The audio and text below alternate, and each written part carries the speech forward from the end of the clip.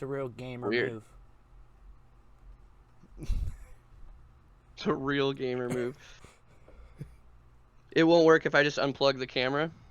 I mean, I've never tried that, so I have no clue, to be honest with you. Here, let's see it. Because I have 2 cameras, so let me see if I can unplug the second one. Okay.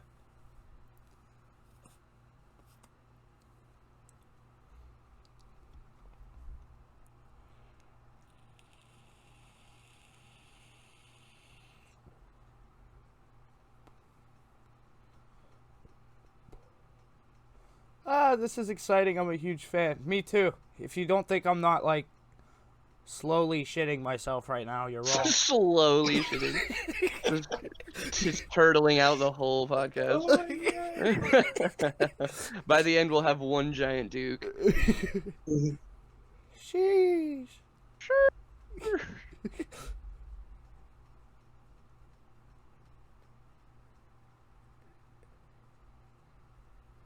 I'm just glad we get to do it on Twitch this time, and that I'm not at home. Like, Mm-hmm. there he is. It Hey! worked. Hello. It fucking worked. This is the new Dickey Dine's vlog channel. He only does it on stream. This is in real life. Gamer move. Real IRL gamer move. Here we go. He doesn't even stream games. He just streams his fingers hitting his keyboard. Just stream memes all day. Dude, I thought about doing that to see where it probably wouldn't have got me anywhere, to be honest. Just streaming memes. There's this guy on Twitch, like, I'm not even shitting you. He just sits down and smokes cigarettes all stream. Cigarettes? Yeah, like, he just sits there ripping darts all stream. Yeah, man. Whatever works, I guess. There's a niche for everything, huh? I told Chandler I'm a straight edge black metal kid. Oh. Hell yeah. I didn't know that was allowed. That black metal people would have kicked you out. Yo, dude, that's too soft, man. What do you mean you don't smoke cigarettes? I'm smoking 3 right now. At a time! It's like, I can't even see him. He's like, fucking poser. Get out of my face. But no, this is definitely a lot better quality than the last one was. So, which is why I'm glad I got to reschedule you, because the last one was a fucking wild one since I was doing it. It was fun. The last one was fun to just at least talk and get any awkward vibes out of the way if there were any. Yeah. Mm-hmm. The thing is like we're gonna ask questions obviously, but like we want to have fun with it again. Like our main goal wasn't to be like this fucking podcast that sits down, puts our glasses on, and fucking reads questions off. Like, you know what I mean? Now it says here that in the 6th grade you found your greatest inspiration. Your greatest inspiration was what's the band called? Your greatest inspiration was Trapped. Can I just say that they played a show in Pittsburgh the other day and their set didn't even last 10 minutes? Wait, who played a show? Trapped did in Pittsburgh the other day. Their set didn't even last 10. Their set didn't even last 10 minutes, bro. Trapped played a show the other day? Yeah, April 2nd. Why? I don't. Oh yeah, didn't they like get a bunch of shit for like 2 months ago doing that? Yeah. They boasted about like, oh, we did the sick show, and then somebody posted pictures from the show. There was like 20 people there. I was like, what are you doing, man? Then he was like, my mom would be proud. I'm sure she would. It's probably just like you fucking narc. They're on the Whiny Little Bitch Fest lineup, so I mean, you can't really complain. I know, that's a good tour though. 5-Figure Death Punch, Iced Earth, and Trapped. Yeah, hell yeah. Dude. Sponsored by Monster Energy and man. some bar that has no fucking name to it. Dude, that'd be a great tour right there. Dude, speaking of 5-Figure Death Punch, did you hear that about the psychosexual band from their old drummer? I don't think so. No. Oh, you guys missed that whole arc? Yeah. Dude, oh my god. So the drummer of Five Finger Death Punch, I'm sorry, the ex-drummer, Yeah. he like left the band because he's like, I want to move on to bigger and better things. Like this Uh-huh. band lacks sex appeal, and like I want to make music that I want to make. And so he left the band and he started this band called Psychosexual, and he took on the persona as the vocalist called Devil Daddy, and he dressed up like the devil, and he wrote music that was like horny, but it was so cringy. It was so fucking corny and cringy, and they put out like 5 songs with music videos and like hella production. Like a lot of effort went into this, but the music was very meme worthy. Dude, I checked the other day. They deleted all their music. The What? band is just like gone. They just like got cringed out of existence. They literally took down all their videos that they put clearly thousands of dollars into.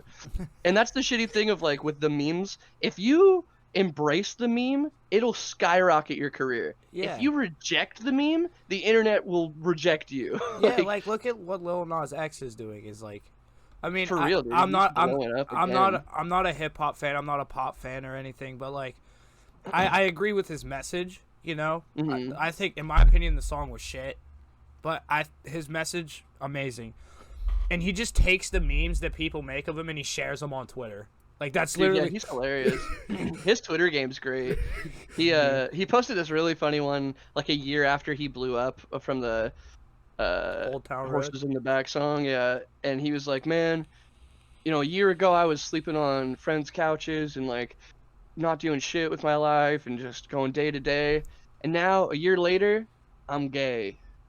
It was just like What? What's that? instead of leaning into like, no man, now look at me, I'm super famous and shit. He's just like, now I'm gay. It's just like the funniest. He's the funniest dude on Twitter, man. He's got such Dude, good like the one just memes, or like the army one. He's like, share this around if you love the troops. And this happy little boy joining the military. And it's just him like in a military uniform. That shit's so funny. He's hilarious. I love the post that he did on Twitter. He was like, "Hey guys, I got titties now." And like, Oh yeah, I forgot about that, bro. this is like, "Yo guys, I got tits now." What's up? People believed him too. They're like, I can't. This is too far. I can't believe you actually did this. And then you got the fucking like Christians and shit. Oh, this is who the fuck would lap dance the devil? Lap dance Jesus. And I'm like, Lap dance Jesus. and I'm like, my man Jesus was a child of God. I don't know if Jesus wants a lap dance. I don't know if he does either. The Virgin Mary's still pulling off being a virgin though, so I guess she's doing all right. Or Virgin Mary was busting though, dude. You ever seen Mother Mary in the right light? Oh my god.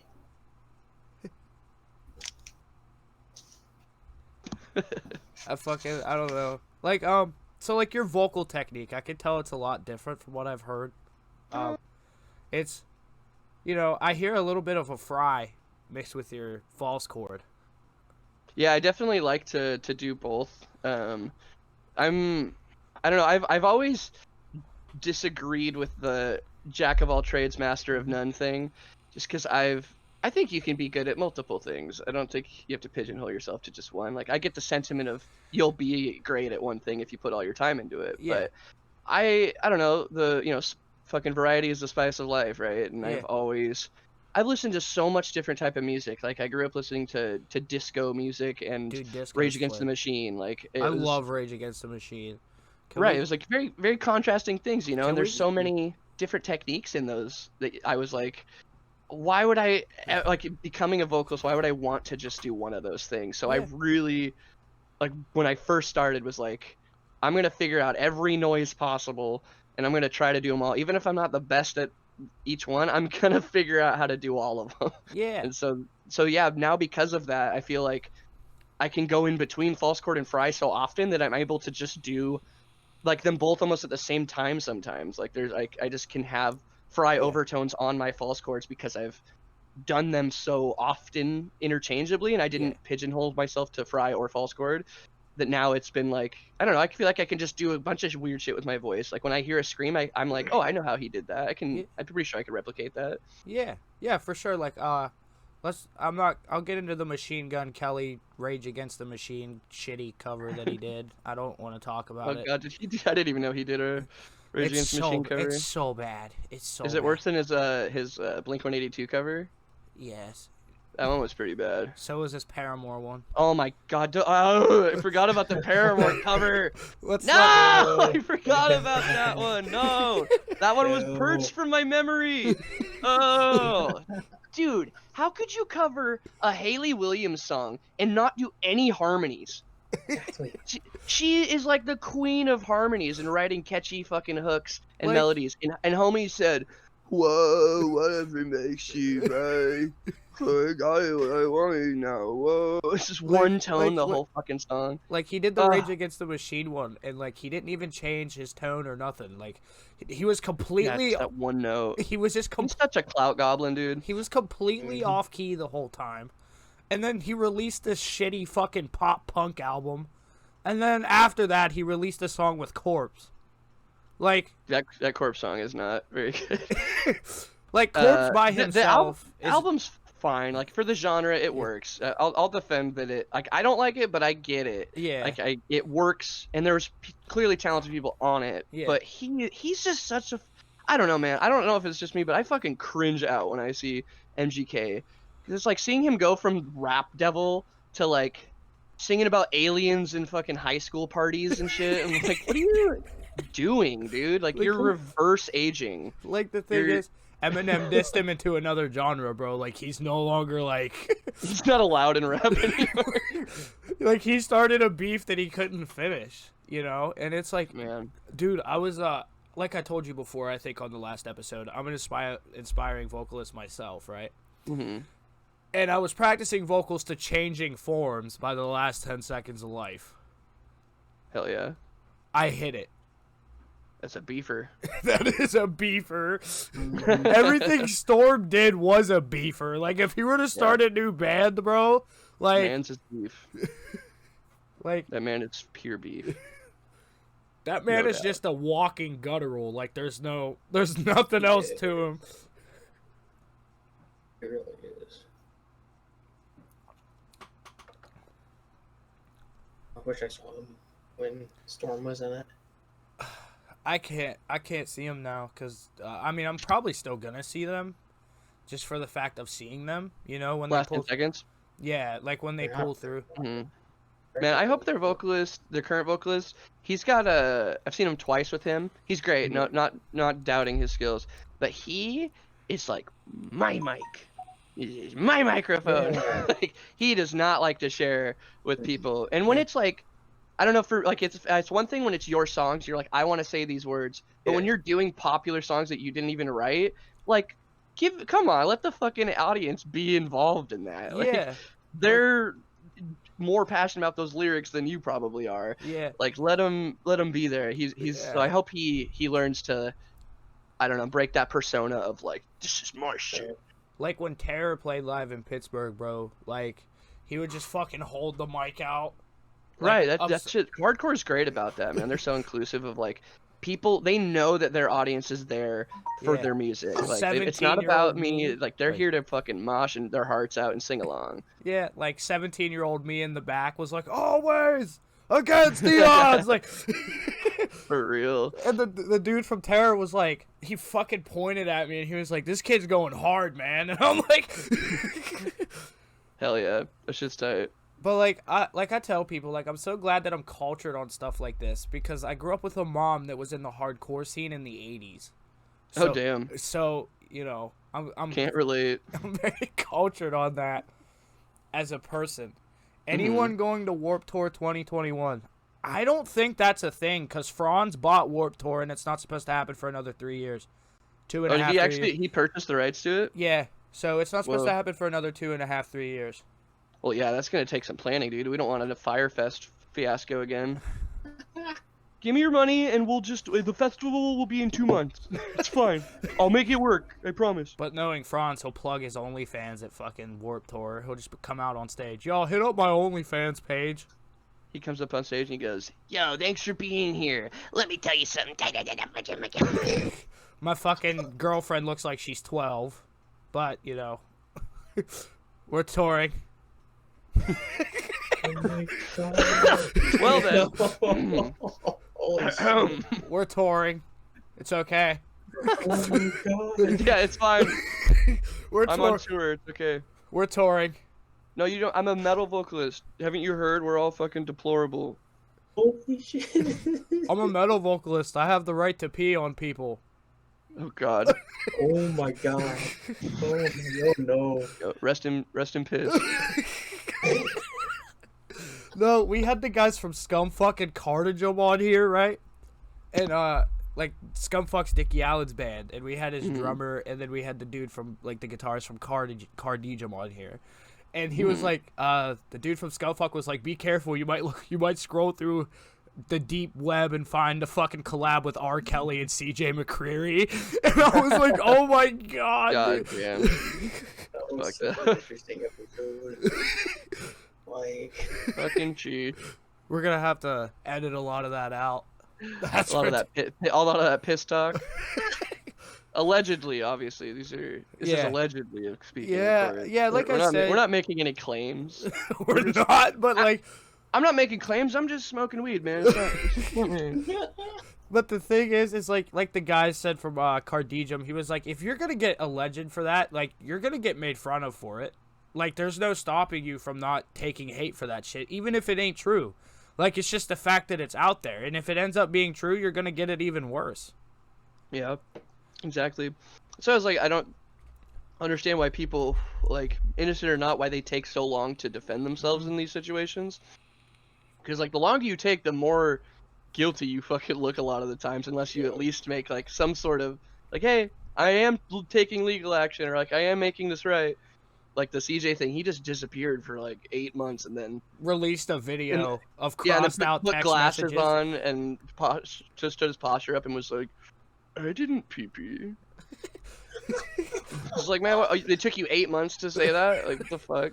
No, let's be fair. The evidence that he provided was crossed out text messages. Okay, let's just. Yeah, it was a lot of doctored looking, like, I don't know. It wasn't very believable. Like the thing is he lives 40 minutes away from me, you know. So it's like I know. I could smell him through the Discord, fucking in through the. the Pithcord. I'm in the fucking splash zone. You know what I mean? So I have to be careful. You're in the splash zone. I have to wear a raincoat when I go outside. Just fucking pissy boys out there. The toilet bowl vocals didn't age well. That's funny. From what I've heard, he's like shunned from concert venues in Pittsburgh now. Like, Shocker. he's not like allowed. He's not like allowed in them. Like I guess there was like I Oh should. man, the racist underage pisser isn't allowed in the venue. Damn it. Now what am I gonna do? Who's gonna piss on me, bro? I guess he's starting a new band. I guess from what I've been seeing, I guess he's it's starting. I think it's him and Jimmy. That's doing it. What is it? A 2-piece band? What are they? What I is don't know. a 2-piece deathcore band? Oh no. That's all he's got. That's like the only friend he has. Ruh-roh. Ruh-roh Raggy. Oh my god. No, but here's the thing: great vocalist, shitty situation. Same with Greg Gilbert. Dude, there's so many. I was actually having a conversation about somebody about this recently. They're like, why are all like so many, like, of these musicians just dirtbags? And I'm like, well, it makes sense because I mean, a lot of times metal is like the lyrics are something that people go to express themselves with in metal. Like people like to write out their feelings, whether it be, like in Chester Bennington's case where it's like him, bearing his heart and his soul. Some people go to get out anger and shit because they don't have like spite. Like he's one of the nicest dudes ever, but he writes really aggressive. Like if you just read his lyrics, you'd be like, this guy's a fucking sociopath. He's gonna kill you. But you meet him and he's like the sweetest dude. And he's like, no, I just get all my emotions out. So you think about people that are damaged or that have been like abused per se, and they don't tell anybody about these things, and they just have all these like dark, awful feelings, and then they get put in a position of music that's become successful, and now they have power, and now you have this person that has been like drawn to metal because they're tortured, now in a position of power, and as a person that's been abused, now they're continuing that cycle, and they start abusing because they're in that position of power. And I feel like it makes sense as to why there's so many, but sucks that you're like, we're all becoming aware of like, oh man, we're kind of just surrounded by people that are just fucked up, huh? Yeah, and the thing is like cancel culture is now starting to come after it, and it's like, well, I don't care about cancel culture. They can kiss my ass. But there's like a, wait. First of all, before we start anything, shout out to Fruit Roll Up. Shout out Fruit Roll Up, Fruit by the Foot, baby. Yeah, like definitely. Don't get me wrong. Like cancel culture has had its benefits, but it's too aggressive for sure. And It's the new it's Christianity. kind of like it's also like the whole thing about like I don't know, like the prison system is like the whole idea behind it is rehabilitation. It was supposed to be like this person has fallen from society's standards and we need to rehabilitate them to get them back to being a normal person again. And I feel like with cancel culture, it like revokes that. You're just getting the death sentence, like obviously if it's a deplorable act for sure, but if it's like almost like the Ghost Inside thing, like that one could probably be argued that it was a reactionary move because of what was going on in the world at the time. And it was fucked up what he did, but that was also so long ago, and I feel like he's shown change since then, like a lot. And I don't know, like does that mean nothing in that sense of things? So I think there's a lot of gray area when it comes to cancel culture, and that's what's makes it dangerous, is that people are so like, you're either yes or no. There's no like, what can we talk about, like the specifics? It's like CJ's situation is not the same as the Ghost Inside situation, but like they were both departed from their bands and like ostracized. Gur Stimpy, thanks for the follow. Simpy. Oh, dude. But it's like I said, like there's so many great vocalists, and then because they let the fame and power get to them, it's like, then they put themselves in like shitty situations. You know what I mean? Like, and that's one of the big things, Like, they're trying to cancel death metal now, and I'm like, I'll riot. I'll fucking... Well, it's like the genre by nature is like, it's got death in it. Like, chill. Like, why are you even here? Dude, I remember my fucking stepmom, bro, when I was in like high school. I posted on Facebook. I was like, yo, I'm trying to fucking start a deathcore band. Does anyone play instruments? I'll scream. And then she came to my room and was like, are you okay? Like, are you gonna hurt us? And I was like, what? She's like, you want to join some sort of death group? I was like, what? No, hold on.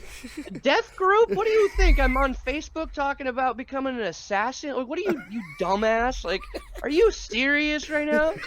I'm 15, and you're like, are you gonna fucking murder the family and then talk about it publicly? Oh, come on.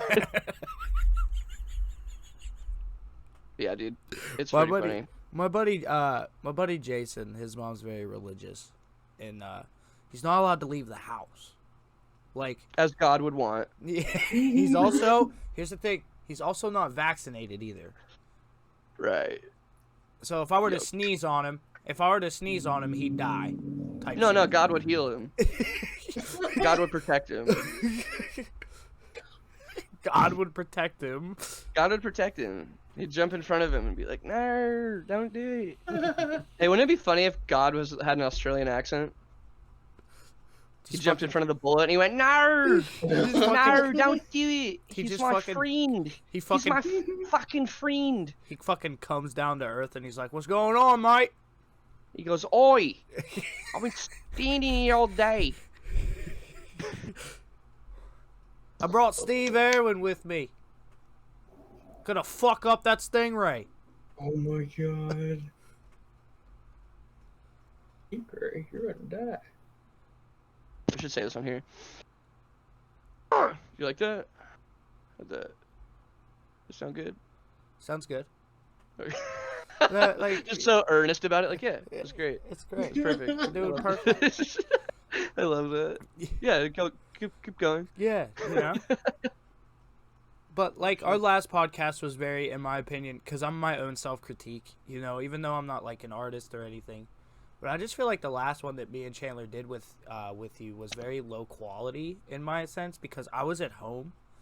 And I feel like this one's going to be a lot better quality. Yo, it's all good, dude. I'm glad that we did the first one, got got the it out of the way. Yeah. Wet our whistle a little bit. Dipped our toes, Yeah. Yeah. Buried the spruce. Applied the mustard, Just keep going. Just keep naming shit. Put ourselves in the splash zone. Where... Oh, fuck yeah. Yeah, we fucking flaunted our plumage. And if you guys haven't watched the YouTube video of the last podcast, please watch it. That shit's fucking hilarious. Oh, it is up though? Yeah, it's Yeah. up. Oh, yo, you should link it. I'll post it in the chat real quick. I'm trying to watch that edit. We were fucking having some jokes. I wanted to watch that back. Chandler, can you send him a link? Yeah, I can. If I have to. Do I have to? I really don't I know. edit the have to, flyers. I edit the videos. Yeah, hang on one second. I have to find it. Okay. Yeah, I mean, if you have to, send it to him on Instagram or I something. know. Hang on one second. I'll be Hold on, right stream real back. quick. Hey, no worries. Alright, I want to send it to you over Discord, Austin. Message. There we go. That should be it. Yeah, that's it.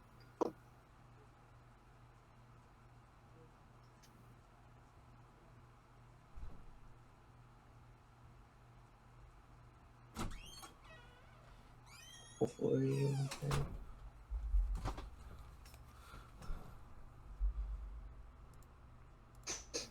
The fucking neighborhood kid came over because he hangs out here sometimes, and I told him to go pee in a bush or something. It's nice outside.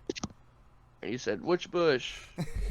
I was like, it's nice outside. Go play in the fucking mud, dude. But I sent him the link.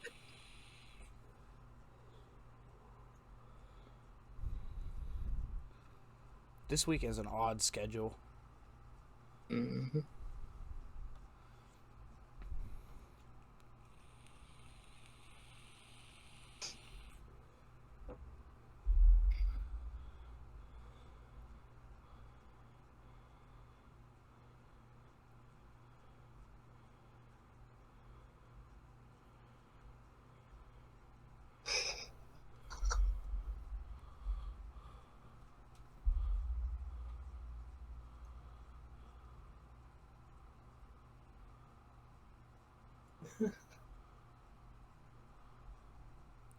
Yo, I want Tinder to sponsor this podcast. Oh Jesus! You want what? I want Tinder to sponsor the podcast. Yeah, that'd be hot. They've been real good to me lately. Shouts out Tinder. Shout out Tinder.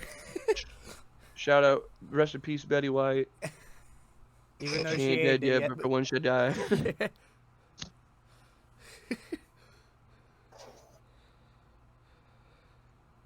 Then he just rips bars. Mhm. I stuck my dick in a bag of Doritos because I got I'm like- depression. Make a homie's bitch suck the dust off the tip. But no, it's like... Oh, yeah. I went to therapy the other day.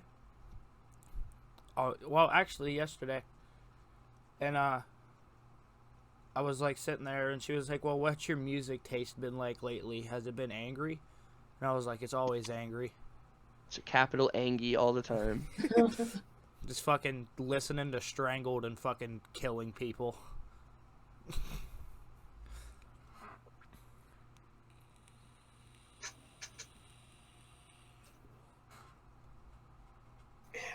Fuck. Austin, did you get the link? Chandler sent it to you.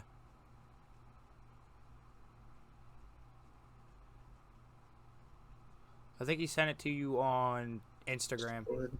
I sent it through Discord. Oh, you did? Okay. Yeah. Oh, perfect. Yep. Right there. Yeah. Thank you. Dude, we were just Uh-huh. cracking jokes for an hour and a half. Like, that's literally all we were doing.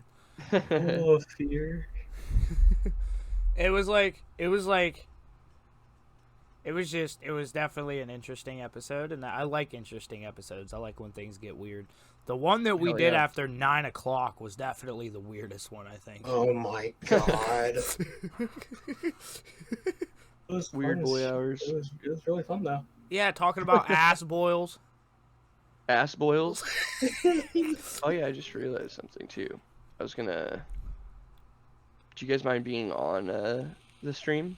I forgot I was gonna Windows share the Discord, but I never did that. Yeah, we don't mind. You guys have just been disembodied voices. I'm a ghost. Yeah, we're just Boo. I'm gonna haunt you and Bitch, I'm a ghost. stick my balls in And your whenever mouth. it's crunch time, I be eating like cinnamon toast. You do the most. Dickey's trap metal album comes out 2028. Yeah. Actually, maybe even sooner.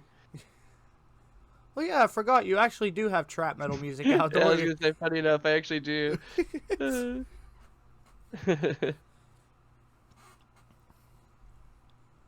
Playboy refunded me $35. Playboy. Well, because I ordered 2 shirts, right? And then they sent me a And shirt. then they were like, "Oh yeah, Hugh Hefner's dead, dude. We can't give you those shirts." Well, the thing is they sent me the shirt, and they sent it in the wrong size. So I was like, I'm not sending this back. Give me a refund. And they were like, okay. So You hit him with the. You said pathetic. I'm disappointed in you, Playboy.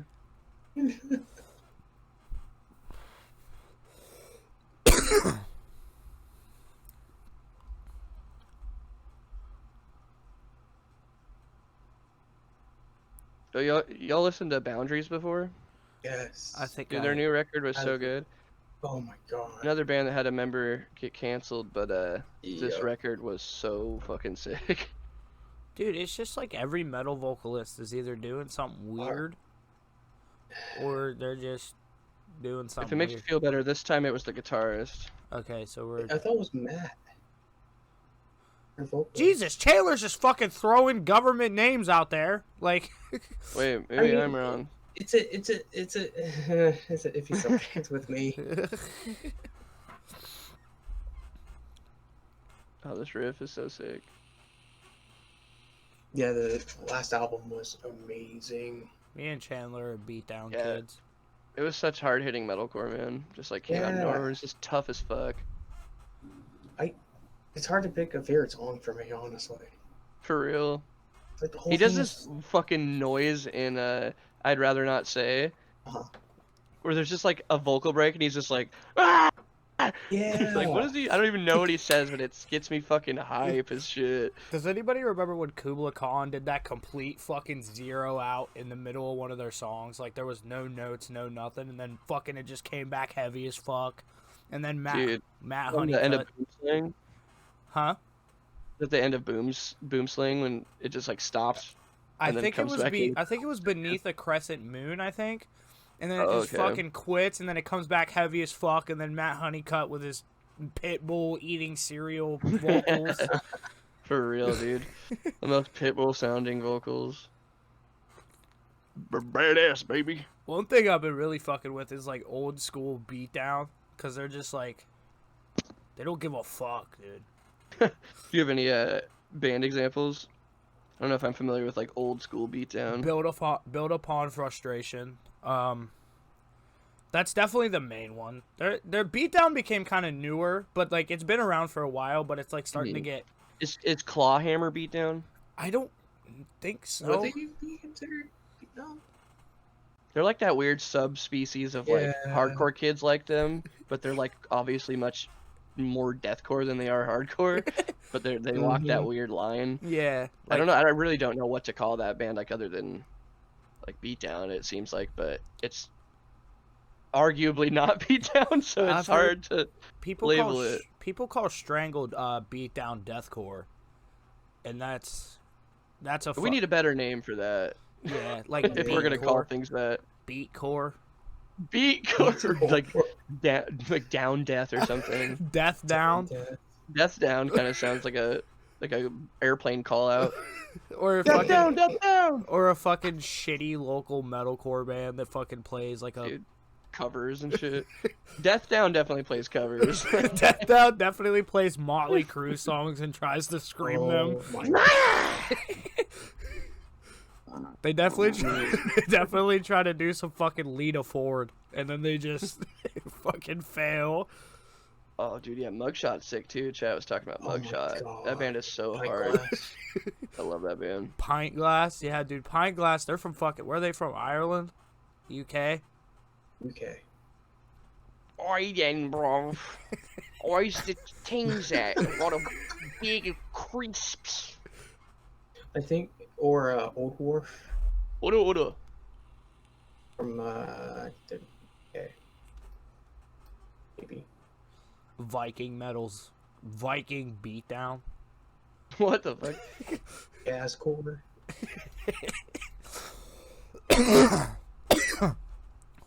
Anime Slam. That's a Yo, Anime Slam's pretty sick. I back Anime Slam. Christian Deathcore. You listen to Pale Dusk before? I have not. Oh yeah, Austin. We hit up. How do you label that band? I've never heard of them, but me and Chandler hit up Lurch, and they left us on red. Nice. They That just sounds about right. they just left us on red. Like we were just like, oh okay. Yeah, that sounds about there. I guess- Speed. I'm not trying to be rude or nothing, but I guess your band's just dead now. Like, what do you expect? Yeah, dude, I don't know. That group has always been like that. Just like that. Honestly, I was just talking to a homie last night about how Seattle has the best track record for dudes that should be hugely successful but just don't give a fuck. There's just so many of them that are like wildly talented and just don't have the drive to do anything with it. Yeah. Like everyone needs another guy to put. They need the left. That's the whole point of like left brain, right brain. Like everyone needs that little manager that's gonna pull your. Because like, how can you expect a creative artist who's like this tortured individual that makes like art all day to also be making business deals and like talking to people on the phone and shit? Like, I feel like it needs that synergy of one person to cover the business side and one person to make the content and the creation for it to work healthily. Yeah. And that's the thing, like, my mental health, like the last time we did it was like really bad, and it's still kind of shit, but like I get up and I do this because I enjoy it. Like I make myself get up and fucking do something. Like I'm not gonna sit around and mope all day, you know? Mm-hmm. That does nothing. Absolutely nothing. Yep, I feel that, man. Just furthers the heartache. Furthers the fucking deep abyss of whatever your brain's going through. True dat. Just be chilling there taking a poop, and then all of a sudden you're overthinking it because you're fucking sad. Like, Sad poopy hours. Marco, why are you taking a poop? I don't know. Are you taking a sad dump again, Marco? Oh my. Dude, what are you doing? Dude, okay, I'm this is making chocolate me and the pudding homies because were I lost talking about control of this. my life. Okay, so like, this is a weird thing, but like, have you guys? I mean, I'm assuming you guys have like, you know, twiddled your bird. You know what I mean? So, we were sitting there talking about this. We were like, have you realized after you splooged that you just overthink everything you did for 30 seconds? It's kind of like you're just sitting there and you're like, you're sad because you don't know what the fuck is going on. Like, it's kind of like you're what the Mr. Krabs meme. like you're like, what did I just do? Like, is it just me? Like, do I only do that, or is it like? I mean, I've definitely heard of people talking about that, but I don't know if I've personally done that. Of like, what have I just done? like, I think I've always been like, I gotta clean this up. I gotta get out. I gotta make sure nobody knows I just did this. like you know, after like I had a girlfriend, we are no longer together, but afterwards I'd overthink it. Like, why the fuck did I just do that? Like, what is going on? I'm like freaking out right now. Well, so fucking hard if my mom jumps in here. Hey, Mom. Hello, mother. Welcome to the Beat Off Boys. We're rebranding to Weenie Hut Jr. next season. Oh yeah, dude, Post Nut Clarity. That's what it's called. Yeah. Forgot about that. Bill Murray put out a song recently that was called Post Almond Clarity, and I thought that was pretty funny. Weird Al Yankovic needs to come back. He needs to start dropping some fucking heaters, bro. Yo, mad respect on you for actually saying his name right. I'm cultured. I haven't heard that dude's name said right like ever in my friend groups. Like, I was watching iCarly the other day. Don't ask. Respect. I get it, dude. Did you see Gibby's YouTube channel? He has a YouTube channel? Yeah, It's called Sad World. it's cool. interesting. It's such a kind of It started out really funny, and then it really just started to get kind of sad. Like, I think homie's depression just hit him like real hard, and started to really come out in the content. It was like, man, this is kind of getting sad. Like, this isn't even a bit anymore. Homie's just like really going through it. like you know, it's based in Seattle. Like I don't know how long you've been there. I don't know if you grew up there or not, but like when they were filming it, like was it like a big thing? I honestly didn't even know until this moment that it was filmed in Seattle. Yeah. And I've been in Washington my whole life, and I watched iCarly, so that's funny. So I would say no then, because I had no idea. Because my friend, we're just gonna call her Satanist. My friend Satanist is from Washington State, and it was like a big thing. Like when they were like filming, you weren't allowed in certain parts of Seattle or Washington for like a week or so. It was like I feel like most of iCarly stuff was filmed on like a studio set, so they probably didn't have that issue. Yeah. It was just like one big sound stage. Dude, that's my fucking jam, dude. Especially the beginning. Like, imagine ripping deathcore vocals over the beginning of the fucking iCarly theme song. Like, you're just fucking...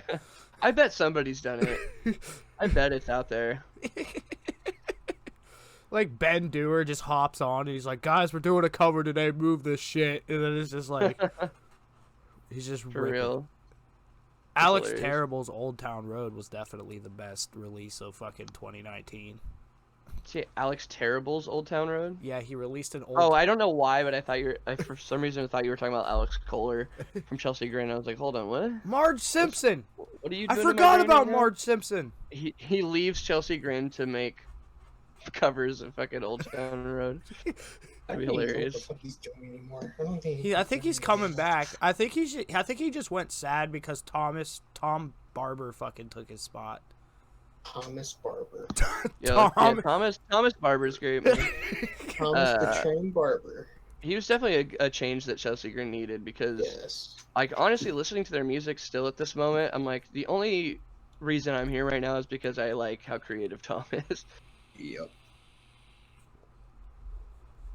Because he was so good in Lorna Shore. Like, the thing is if, say the roles were reversed and CJ ended up in Chelsea Grin, how do you guys think Chelsea Grin would have ended up? Like, your opinion-wise. If what? If CJ ended up in Chelsea Grin and Tom Barber stayed in Lorna Shore.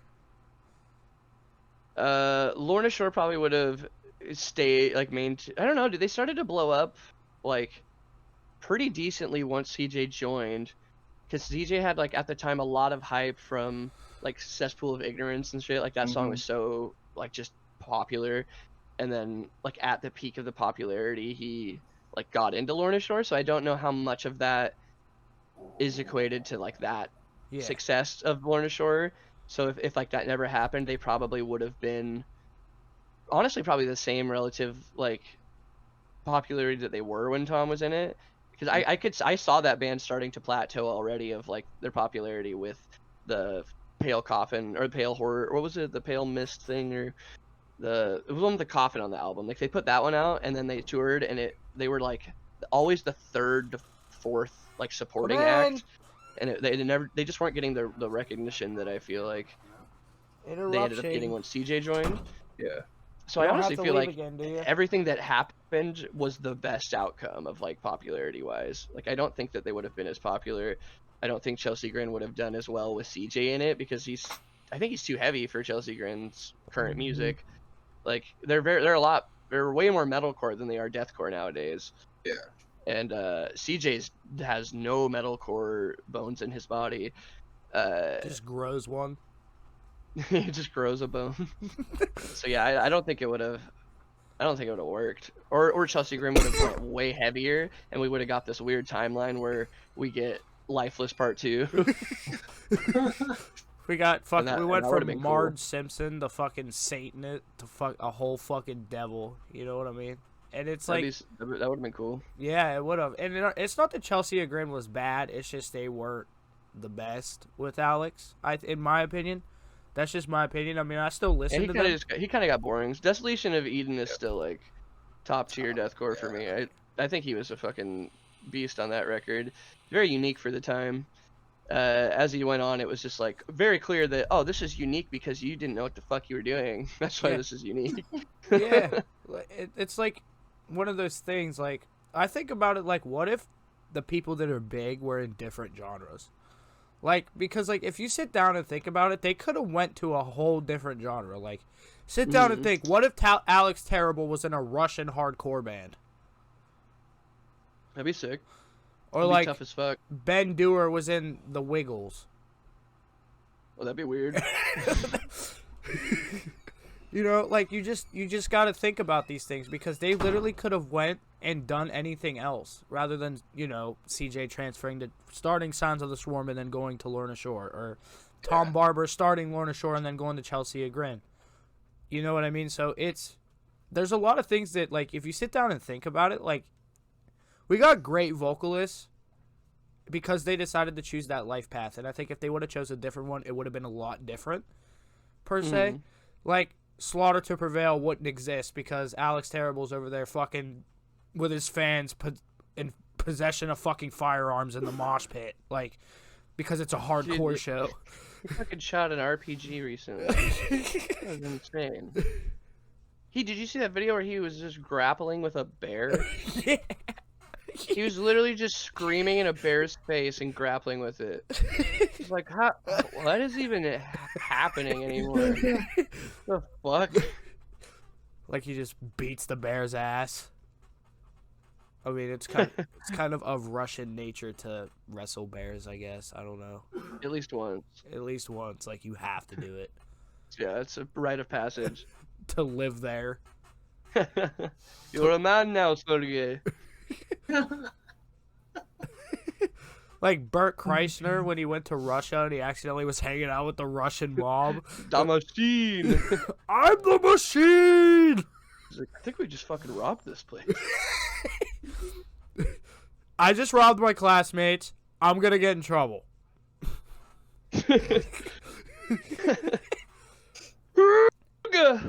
What's Jared been up to, I wonder? I know he's still working on the Scion record. Yeah, that's been all of his efforts, is that Scion shit.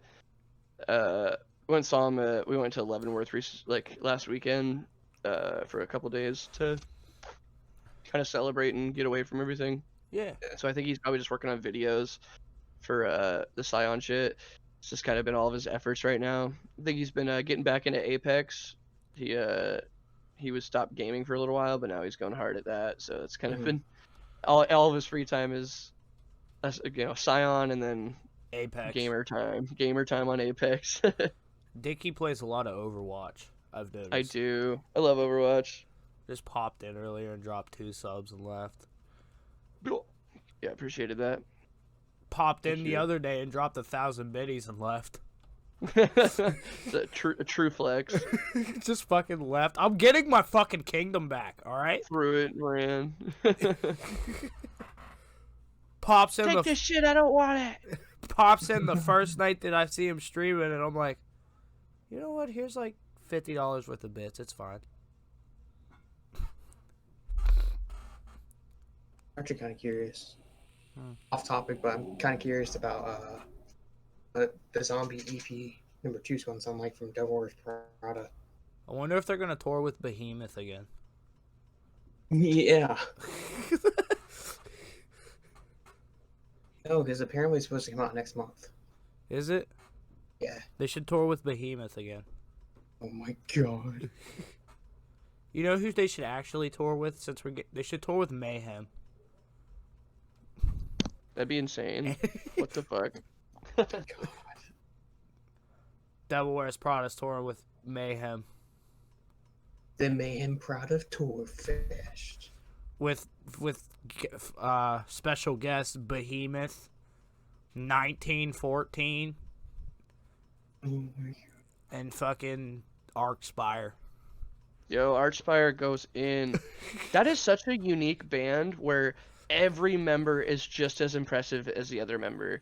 Like, there's not one person that like outshines the other, especially if you watch them in any live context. Yeah. It's like, whoa, I'm literally watching like kings of their craft Yeah. all just nail their instruments right now. What the fuck is going on? Like, I want to see Meshuggah.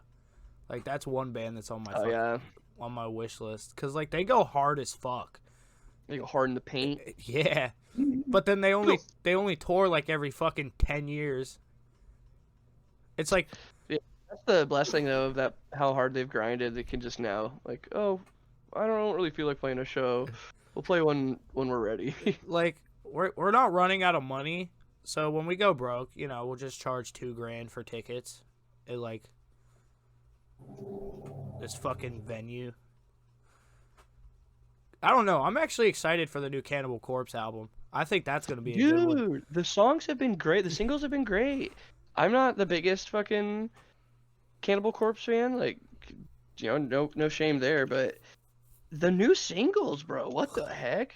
It's like deathcore almost. It's fucking hype. Dude, all I gotta say is George Fisher's fucking neck would beat the fuck out of every single one of us in this call right now. Like, Dude, yeah, that man is all neck. All he's neck, no breaks. like Corey Taylor. Like, his neck is bigger than his fucking body. Like, Dude, yeah. That corpse neck, baby. his son's band, Vendor, is actually pretty good. Yeah, he's got a great voice. I think they're punk. I think they're a punk band. I could also be wrong, though.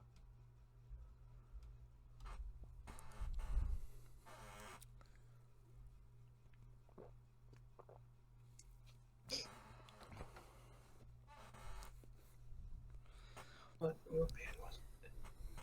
Fuck. Fucking shit. Sheesh. Can't remember what band it was now.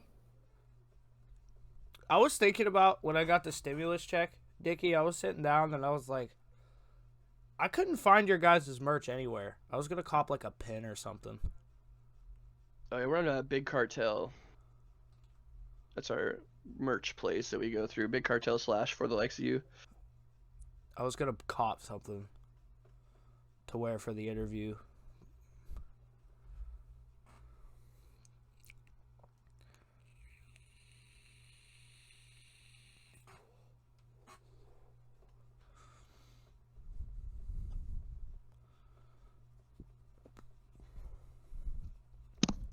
Oh, yo. Yep.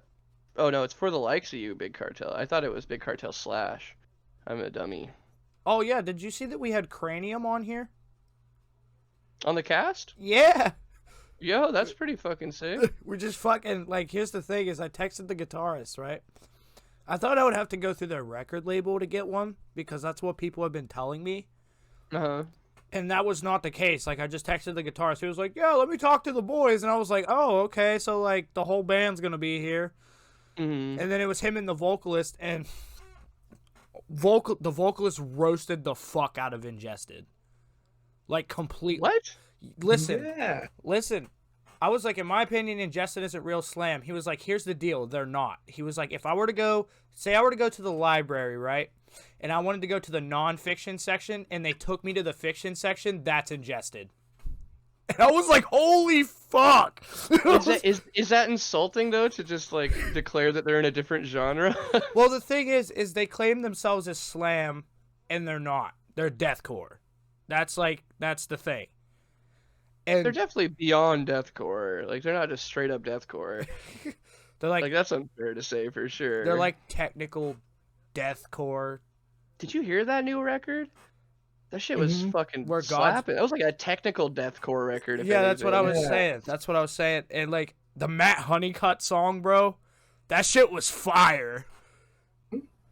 There I was, don't know what oh, there we go. I just fucked up the. Sorry, I fucked up the where you guys' cameras were. I was like, what's going on? Right we're on Yeah, the the Honeycut, dude. Honeycut in anything is so impressive, dude. He just makes songs. Have you heard that Cursed Earth song, Fear? With him, he's in the whole song.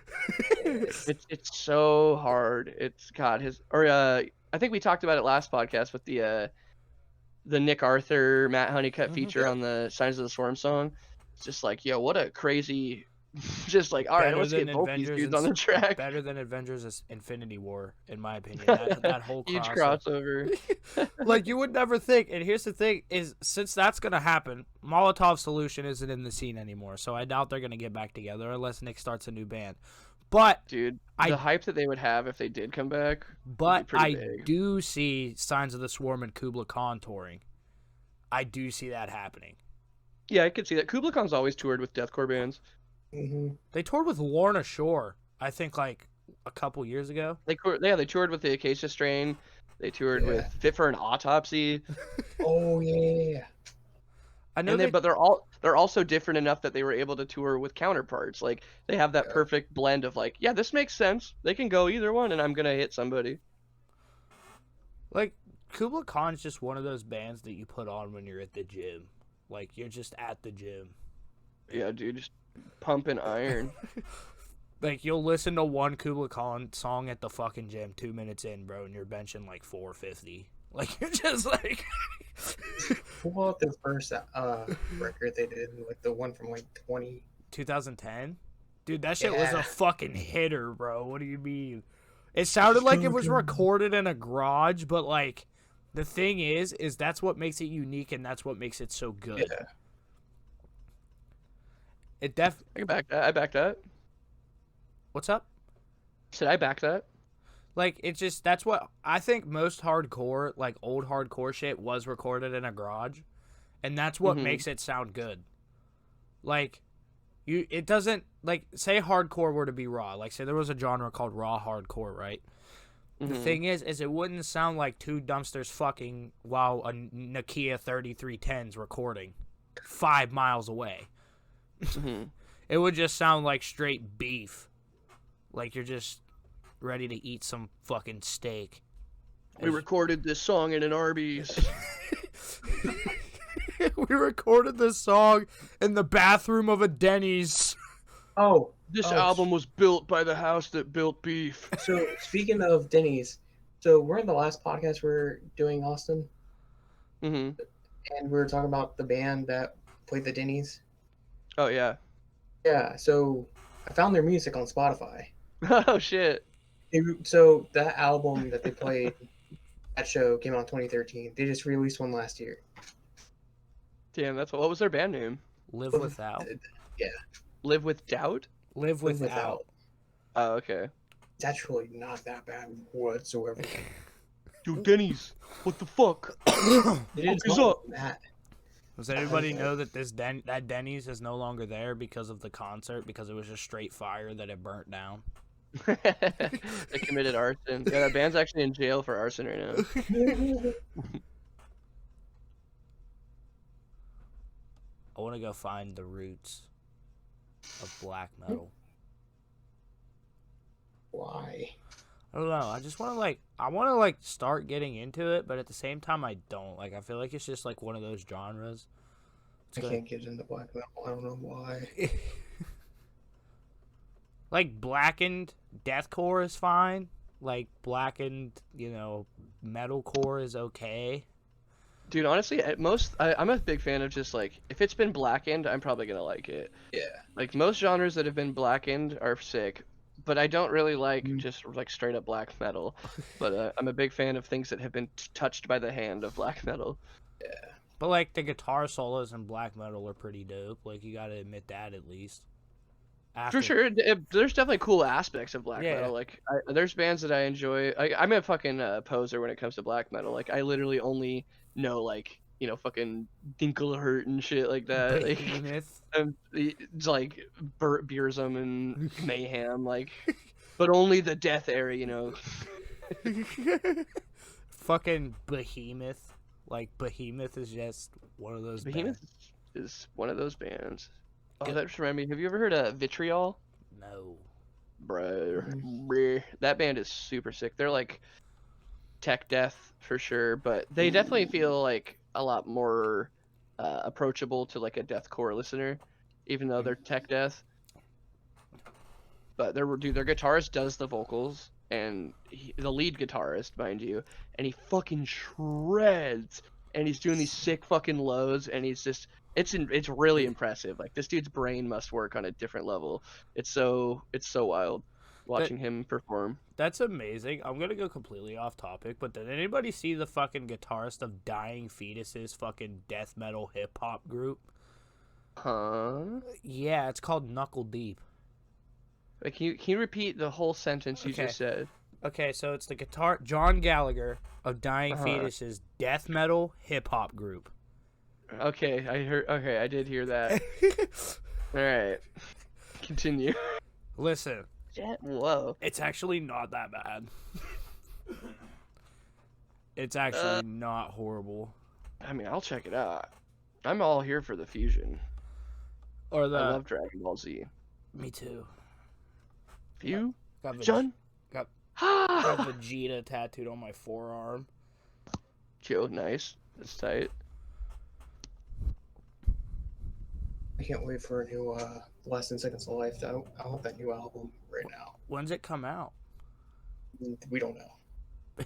What if it doesn't come out? Like, it's coming out because Steven's posting Instagram clips of it. anybody psyched for that new fucking Whitechapel album? Actually, I kind of just didn't. I lost a little bit of interest. I got to be honest. There's some songs I liked, but I definitely didn't listen to the whole record. I just wasn't. I don't know. I wasn't enticed, I suppose. Like, they're making a new album right now. That's supposed to come out this year, I think. What? I'm kind of curious to see what it's gonna be like. I mean, yeah, I mean, I'm here for it. I'm just gonna like check it out because they sold out in like 2016, dude, when Mark of the Blade came out. Like, that was just the end of earhole fill. What do you mean? Dude, there's some solid songs on that record. there are. If that's the one I think it is. Yeah, dude, the song, the title track from that record. Bro, there's some fucking riffs in this track. Well, the thing is, that's not what I mean. Like, that's when they transitioned from, like... Is this the one with the singing on it for the first time? Yeah. Like with that Tool song on it? Yeah. With that Tool song on it. Yeah, I know what you're talking about in that sense for sure. But dude, it's also like at a certain point with bands like this, like how many more fucking just in your face records can they make before they're like, I have other feelings? I definitely get it to a certain degree of like you can't keep making nicer Exciter. And I get that, and I think it's just my mindset because I grew up on old Whitechapel. You know what I mean? So it's yeah, no, I feel that. Like, old Suicide Silence is always gonna, I don't even listen to I don't even listen to the new shit. It's kind of boring. You can throw shade if you want. It's fucking boring. You can throw shade. It's pretty boring. Well, it's just it's I don't know. It's not even that it's boring. It's uninspired, and that's what really. Like, this was their big redemption, and it just feels like they're touring with it was Ginger. Phoned in. Yeah. Wait, Suicide Silence? Suicide Silence and Ginger. Weird. It's just rescheduled for later this year. Interesting. That's because the drummer's banging the lead vocalist. That's the only That's the only reason they got on that tour, by the way. Guaranteed. I might go to that because it's 5 days after my 22nd birthday. So, I mean, why not? I'll be a watcher. Not spending $75 Are you a on watcher tickets. or a player? I'm not spending $75 on tickets anymore. Like, I don't see the point because, like, the local I don't think I've ever spent that much on tickets. Well, I want to see Parkway Drive and Knocked Loose. I feel like that's one that I want to go to because I've never seen Parkway Drive. Like, I love Parkway Drive and I want to see them live. I've also never seen Hatebreed either. So, I want to see Hatebreed for sure. I want to go fucking beat up some old people in the Hatebreed pit. I think they played Warped Tour, I think. Hatebreed's just one of those bands that's like, hey, we're Hatebreed and we're hardcore, so just like come see us. Do it. Knocked Loose is weird, but like I like them. Like he does like a mid false chord. That's why his vocal. Knocked Loose is fun. It's a lot better now that they've got the bass player throwing in some lows and shit. I think that was absolutely something that band needed to keep relevancy, because I think if they put out another Mickey Mouse record, that I think people would have got a little stale on the tone. But because there's those nice fucking beefy lows that support it, it's like, oh, this is actually like a different feeling entirely now. Yeah, I bet, dude. The most recent Knocked Loose record was really good. Mistakes like fractures. Mistakes like fractures. Gonna fuck you in the butt.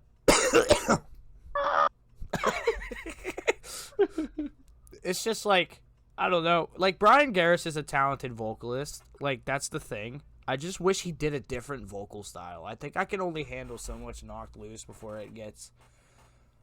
Man, there's something about to be said about what touring a lot does to you as a vocalist, and like what you find comfortable, and you're like, I'm just gonna do this. Like, yeah, you start writing for what you can do live. You start writing around that instead of just like going for the craziest shit that you can. And I think that's like, in this case, like he's found his comfort zone, and it's like that's his tone he can nail. And like live, you can hear him like kind of do some lows, but you can tell that it's like he just doesn't do them because this is the tone he's comfortable with. Yeah, and that's for sure. And like one thing I'm actually excited for, even though I don't listen to too much metalcore, is the new Ice Nine Kills record that's coming out. Dude, man, I went back and I re-listened to that record, and I fucking love it way more than I thought I did. The Silver Scream one. I thought it was so fucking corny at first when I heard it, and I was kind of bummed, and like it was like just like cheesy as hell, man. I was like, this is like baby's first horror movie. But he was on the Dead Meat podcast recently, and I listened to that whole thing, and I think I just had such a sour setup going into the record. Like when I heard each song, I just like, as I heard each one more and more, I was like, oh, this is just the same cheesy thing.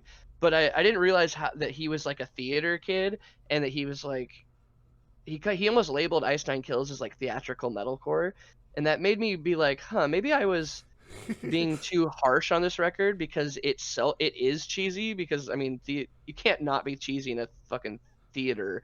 Like it's just the plays are cheesy. Like sorry, like even if you're acting sick, there's 100 people looking at you on the play in a silly costume. Like this is a little weird for sure. So going into that of like, oh, this is horror movie theater play.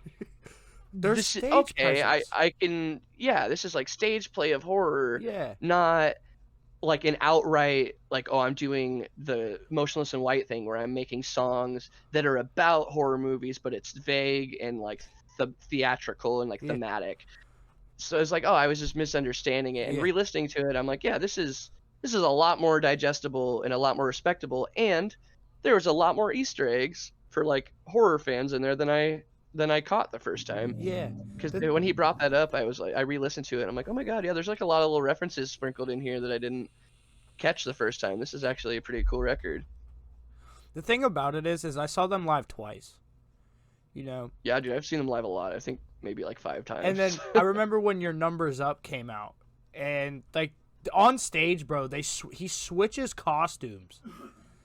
Like all the Does he? Yeah, like he'll dress up as Freddy for one, Jason, Michael, fuck, the Saw dude, and everything. Billy. Like, and he just fucking rips it, bro. Like he goes in.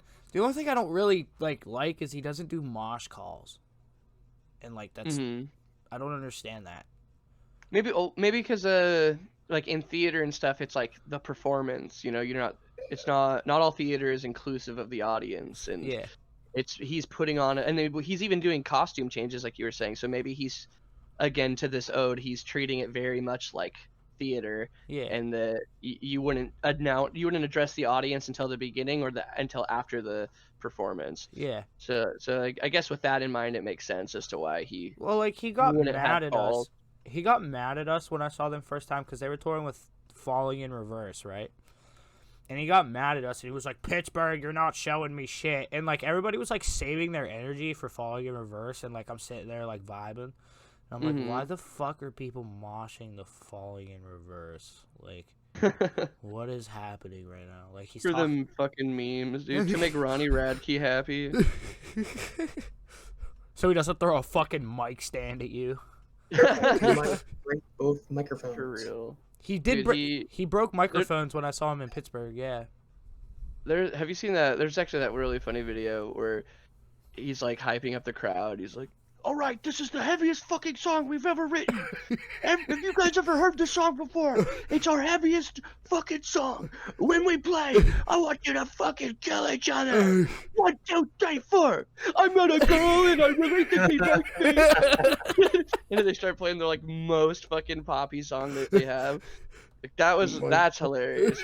I fucking died. Can you imagine if he was like, meme. "Open up this fucking pit. This is the drug in me is reimagined."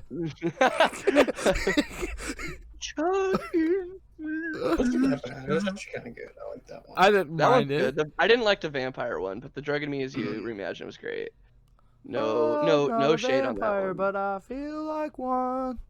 The vampire one felt so just like it felt like every soulless sequel I've ever watched. Of like, well, the first one did good. Let's just do that again. What if And Storm changed did literally nothing clean? about it. What if Storm from the last 10 Seconds of Life started a fucking jazzcore band? That'd be cool. Dude, he like the slower shit that they did back in the day was just like fucking wild. Like that song Heavy Headed, I'm just sitting there like, this is like sad, but like the dudes in the Right. background just fucking What was that cover song they always did? ripping it. Fuck. What's it called?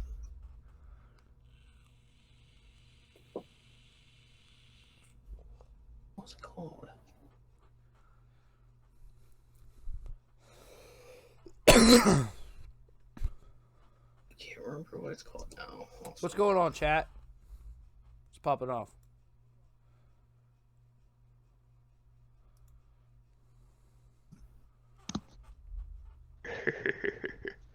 Like Yo, what?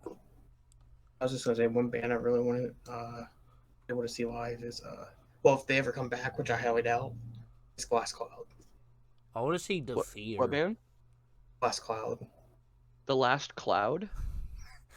Glass Cloud. Oh my god, Glass Cloud. I was like, I don't think I've heard Did of you- The Last Cloud. Did you guys see that Defeater released Glass a Cloud new was album sick. last year? Defeater? Yeah. What?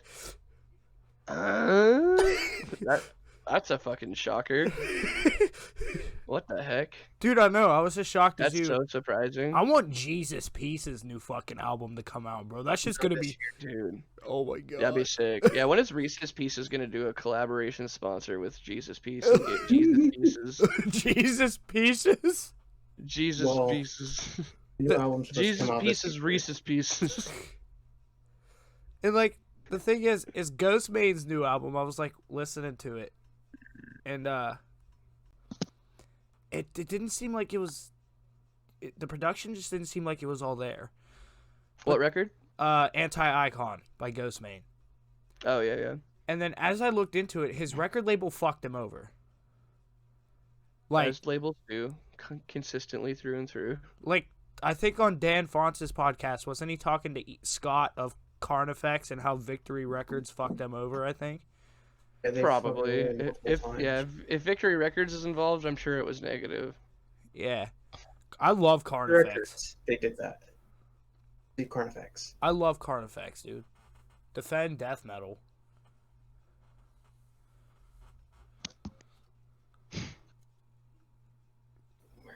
What song was it? Oh, Are you drinking mom water, Dickey?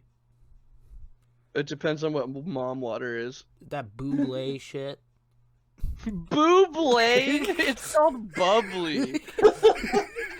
Michael Please. Bublé ass water. Oh, what's that, please? Yo, okay, before you shit talk, this is blueberry pomegranate flavored water, dog. Ooh. Tell me Ooh. that doesn't sound fucking refreshing as shit. Okay, I definitely was you know. I gotta say, I don't really like this brand. Most of their flavors suck. But Mm. blueberry pomegranate, that's crazy. That's hot. But I honestly don't back the brand for most of their flavors, gotta say. I'm Dude, more I of a tried- LaCroix boy myself. I tried the fucking watermelon one and I about puked. Yeah, bubbly's not the best. Buble, I mean, sorry, no disrespect. Buble. Michael Bublé has his own water company called Bublé. Bublé. Hey, oh, hold on. I got a new pickup line. Hey, baby, can I touch your bublés? Yeah, Buble. Yeah, Buble.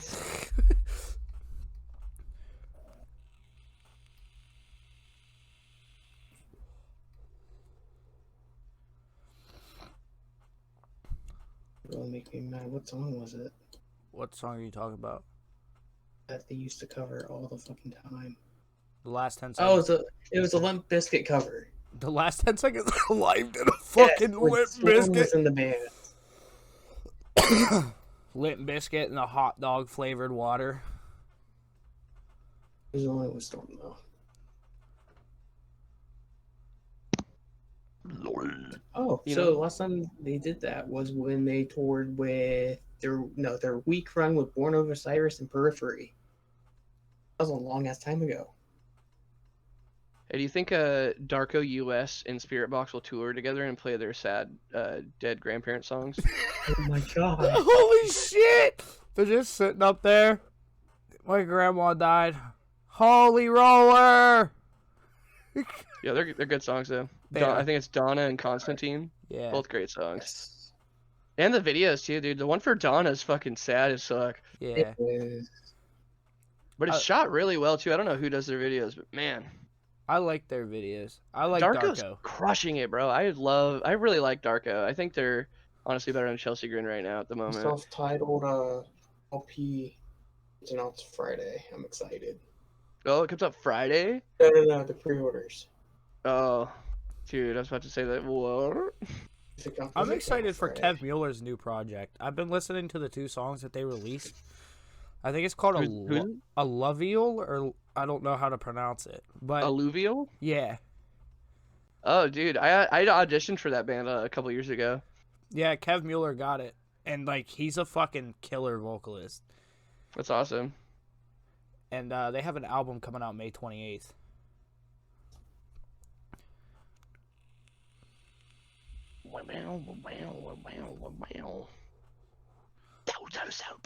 Austin Dickey should start a pop punk band. Lol. I like pop punk, but I can't. I do a pop punk song. Him and about Jared it. Dines' pop punk band. They're gonna call it Lampage.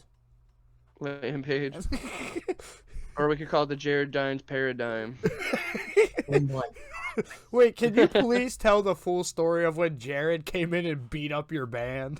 Like, can you please tell that full story? Like, you said something about it, and I want to know the context behind that because that's fucking great.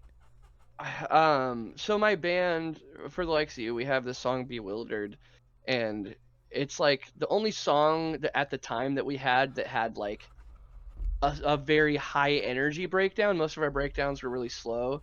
So we would end the set with this song and we would just go crazy, like, you know, like Let Live style on stage, like, with, you know, flip our drummer cymbals, and like I'd do like front flips onto my bassist, and they'd like kick me over into the walls, and we'd like jump off the stage and just go crazy, you know, like do dumb shit. And this time Jared was at one of our shows, and he like right before he went up, he's like, hey, he was like drinking, you know, he's a little buzzed, feeling himself. He's like, hey man, I'm gonna come up on stage with you guys at the end of Bewildered and get crazy, okay? I was like, all right, like that sounds sick. And then this, you know, that part of the song came up, and I was like, waiting for him. There's a video of it too. It's on Facebook. Somebody filmed the whole thing, and it's It's really funny, actually. It literally looks like we choreographed it or something, but we didn't. Like, it was not planned at all. It was just Buzz Jared feeling himself. And he comes up on stage, and he walks right up to me, and I didn't know what he was doing. And he just fucking flips me, like, out of nowhere, just, like, grabs me and, like, flips me onto the ground. And I was like, what the fuck? And then he, like, jumps over to one of the other guys and just, like, kicks him, and then just, like, goes to every member and just starts fucking, like, whooping on us while we're trying to play the song. And then he came back for me again, and I was like, okay, he's really going up. And then he came at me, and I flipped him. And then Zach tried to kick me, and I grabbed his foot and yanked him and made him fall. And it was just like, oh my god, what's going on right now? This just beat up your whole band, like you just... Yeah, dude, it was a little wacky. Dude, we had in Pittsburgh, we had a local band that I wasn't there, but somebody recorded it. We had a local band. I think they're called Pure Heel. They're like Pure Heel or some shit. They're a local hardcore band. They're PAHC, and they fucking they were on stage and they like got into an argument because the guitarist missed a fucking string on his guitar or something. Cringe. And the fucking lead vocalist pushed him off the stage. Oh my god. And they were like actually, I think they were actually like fighting each other, but like I could be wrong. But like, dude, I think it's funny when like bands fight each other because it's just like over the stupidest shit. Like you'll be fucking. Like I Am's vocalist. I Am's vocalist. Get up here and fucking fight me. Like, I want you to hurt me. I don't know how moshing's gonna be for me when shows come back, dude. Oh my god, I haven't moshed in over a year. You're out of retirement, dude. I'm coming out of retirement. The pit baby's coming out of retirement. Hold on, I'm gonna show my chat this video really quick. I just sent it to Drummer. Oh Play it my on stream. Fucking god. Play it. Stream it. I want to see it. Oh my god. Oh, it's so good. I love it. Oh my god.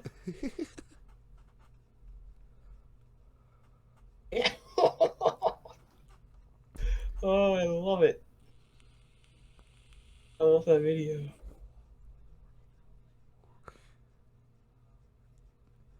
Breaking news: Jared Dine beats up local band. Beats up local Seattle band. Literally that, though.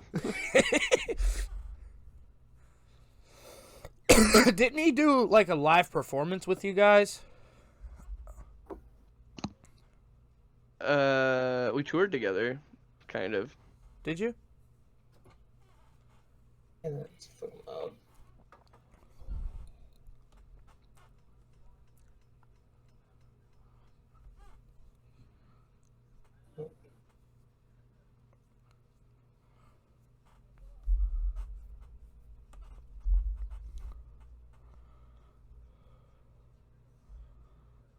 Fucking just kicks our ass for no reason. Chandler, I need to see this. Oh yeah, I just do this. Stream it for the stream, because they need to see this too. This is amazing. Double back up. Yeah. Just fucking beats your ass.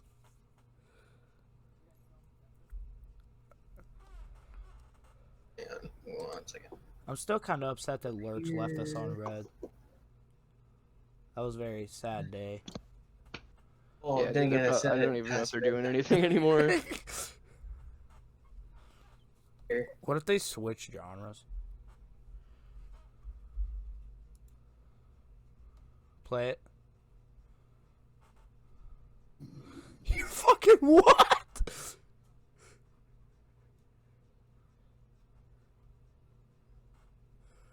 What the fuck is happening? He actually was swinging on him, bro.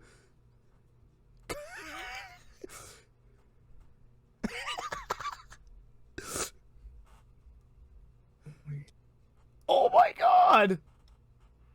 That's fucking crazy.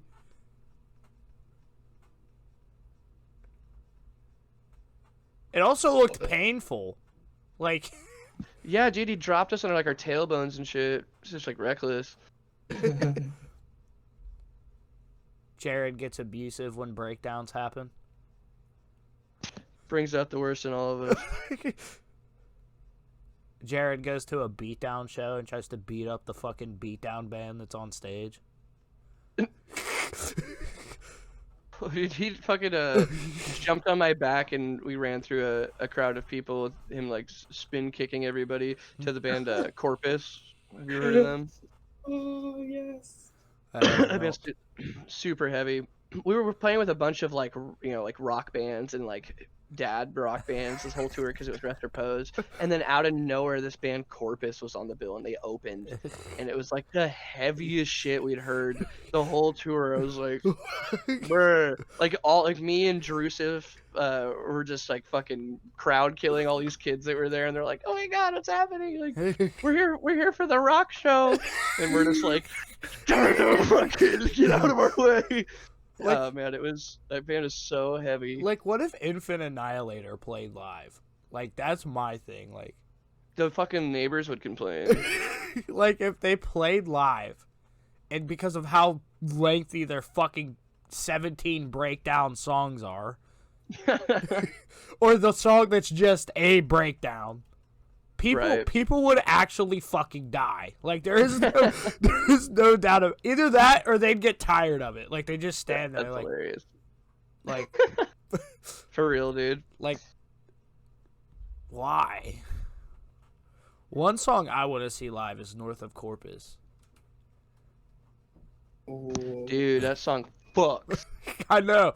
I am so devastated that I've never seen Storm with Last 10 Seconds, man.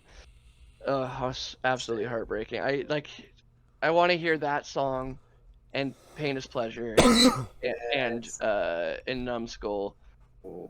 Just those. If I could hear those 3 songs with Storm, I'd be so happy, man. But North of Corpus is so hard. But we got something to look forward to. Strangled, I guarantee, will be touring this year. Dude, you know what that just made me think? How cool would Storm feature on Strangled be? Oh my god! Right? I don't even want to think about it. What's he doing now? Like, did he just leave Last 10 Seconds? I heard rumors that he had some sort of project coming soon, like in the depths of the music scene. Like it's back there somewhere, biding its time. Billowing in darkness. What if he remasters North of Corpus and like all of the Last 10 Seconds of Life's old shit and like, well, simply put, I'd come. like, like I showed my therapist the song "Changing Forms," like, and then she turned into a therapist. Like fucking. Like, yeah. Like she was like, so you sent me the Last 10 Seconds of Life, and I just don't understand like what the point of it is. I'm like, listen, dude, I've never seen them live, but like you said, the point is that it's a literal message. You've got 10 seconds. I'm outside your window. Like the thing is I was like explaining it to her, like from what I can tell, like it was just like shit that Storm kind of went through. However, I could be wrong in a sense. Like Guillotine Queen. Mm. That kind of sounds like something that... Austin died. Did he die? I don't know.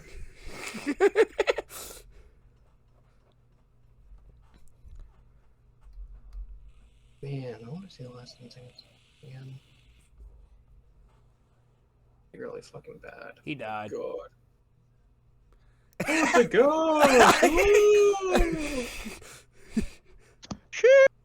What the fuck happened to you? Oh!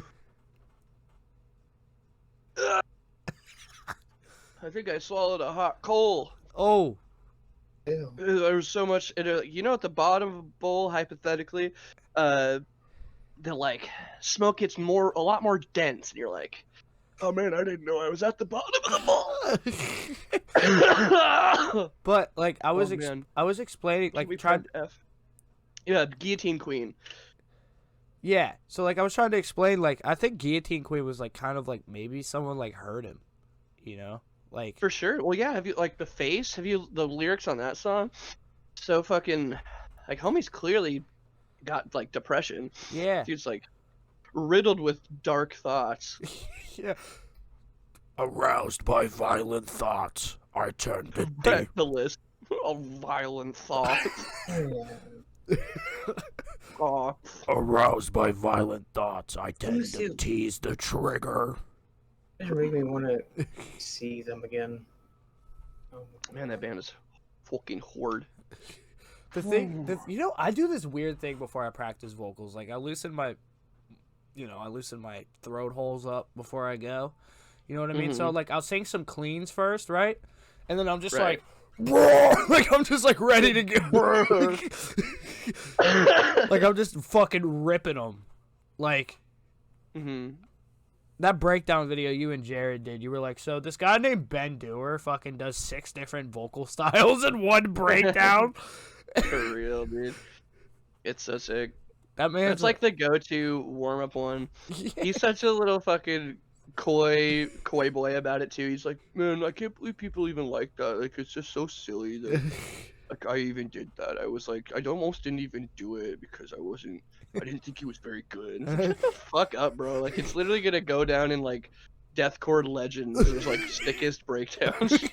Shut the fuck up. Especially live. Take the compliment. Like, especially like I saw it live. You know, dude, it sounds the same live as it does on record. Dude, Ben is easily one of the most impressively consistent vocalists from record to like live. Yeah. Like what he writes, he can perform, which is insane because there's almost no breaks in those fucking songs. That dude just be spitting. Like, I was at Shadow of a Tent with my friend, and my friend was like, because you know how in the Barren and Breathless Macrocosm he goes like really fast, like, and he was like, are we at Attila? And I punched him in the fucking head. Like, dead ass just punched him in the fucking head. Like, I'm not joking.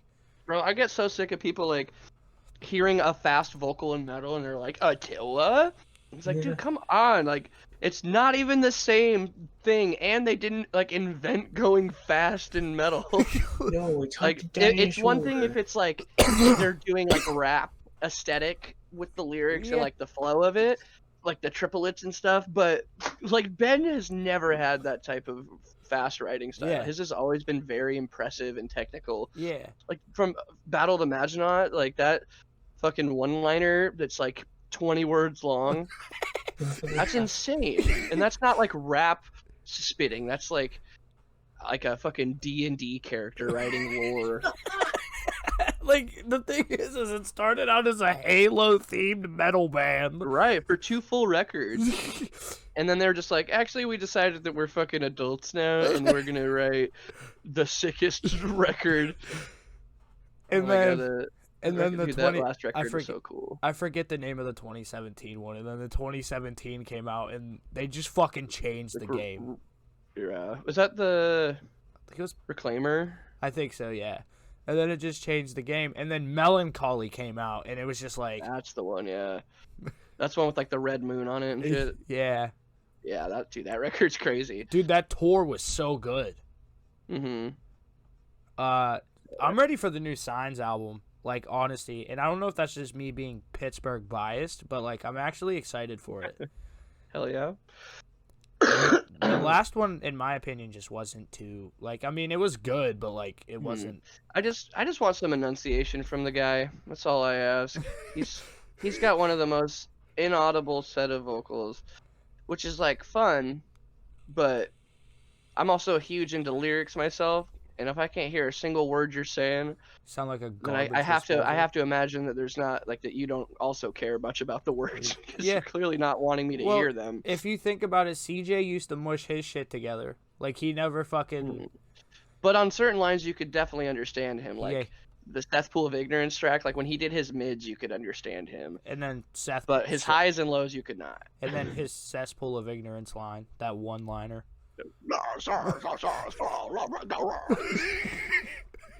Or I mean, the collection was really good. Like that whole song, like Dave's part, like you could just tell that they're kind of evolving as a band. I mean, Signs is sick. Like, no disrespect to the band, I just have that weird bias of like I want like the people I really like vocally are like Storm. He's got he's proven time and time again that you can do low, nasty shit and still get your message across audibly. Yeah. Like Because when you get that low and do like the mushy like you just start to sound like other deathcore bands. Like you lose your originality when your voice isn't in it any longer. like that Immortal record with Lord Ashore, like if I could understand, like, like some, because the thing You is, just hear all you can hear is swear words come through eventually. Fable fucks. Like, oh, I heard that one. I know that word. like the thing is Lord Ashore, like that the Immortal record was really good, like instrumentally, vocally, sort of, like. Mm-hmm. The thing is, though, is if you could understand it a bit more, I guarantee it would have fucking that album would have been a ripper. I mean, it still is, but it would have been a fucking absolute game changer. Right. And again, yeah, CJ's clearly like, he's a bad dude, obviously, but he's clearly a tortured individual, and I think his comes out in his music. His lyrics are very angry. Like he's got a lot of pent up aggression behind that beautiful smile. And then Strangled's like, "Hey, we got positive messages, but bro, I love that contrast so much. That Strangled is just so positive, but you can't even understand. Like you have to like, wait, what did he just say? Wait, what? Hold on a second. Go to the lyrics. No, yeah. He said, yeah, like be your best self, but in the most pissed off tone I've ever heard. As you're getting the shit kicked out of you in a Strangled show, right. You get your nose busted, and then the guy's like, "I'm so sorry, dude. I really didn't mean that. Like I was just trying to get my aggression out." And that's in a pit of like angry dudes that are like, "Yo, my bad, homie." And then you have that, like, they just come out on stage and they're like, mental health is really important, and then just fucking. So is punching your fucking friends. Dude, when Dying Fetus comes out, like, I've watched, like, their, like, live sets, because, like, I haven't seen them live yet, but, like, I've watched their live sets, and it is, like, doing low growls is, like, very bland, because you just fucking stand there, and you're like, ugh. Especially the grunts, and they're like, you're like, all right, I'm looking at you, Niall. Looking at you, Niall. They were supposed to tour. I think they're coming to Pittsburgh this year, actually. Hell yeah.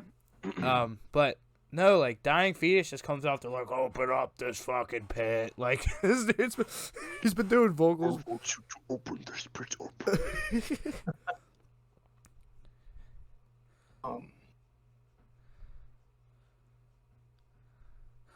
The sober club story that fucking Nick told us. Oh God. What? Okay, so our buddy Nick, me and Chandler's buddy Nick in Cardigium, and this old band played in like this rehab place, and it said like there was like a sign that said no moshing, and his lead vocalist at the time went, "Well, if you're sober, that doesn't mean you can't mosh." Like, he said that in a fucking rehab center. Like, what? Just because you're sober, you can't fucking mosh? Coward. or the Straight Edge has entered the chat.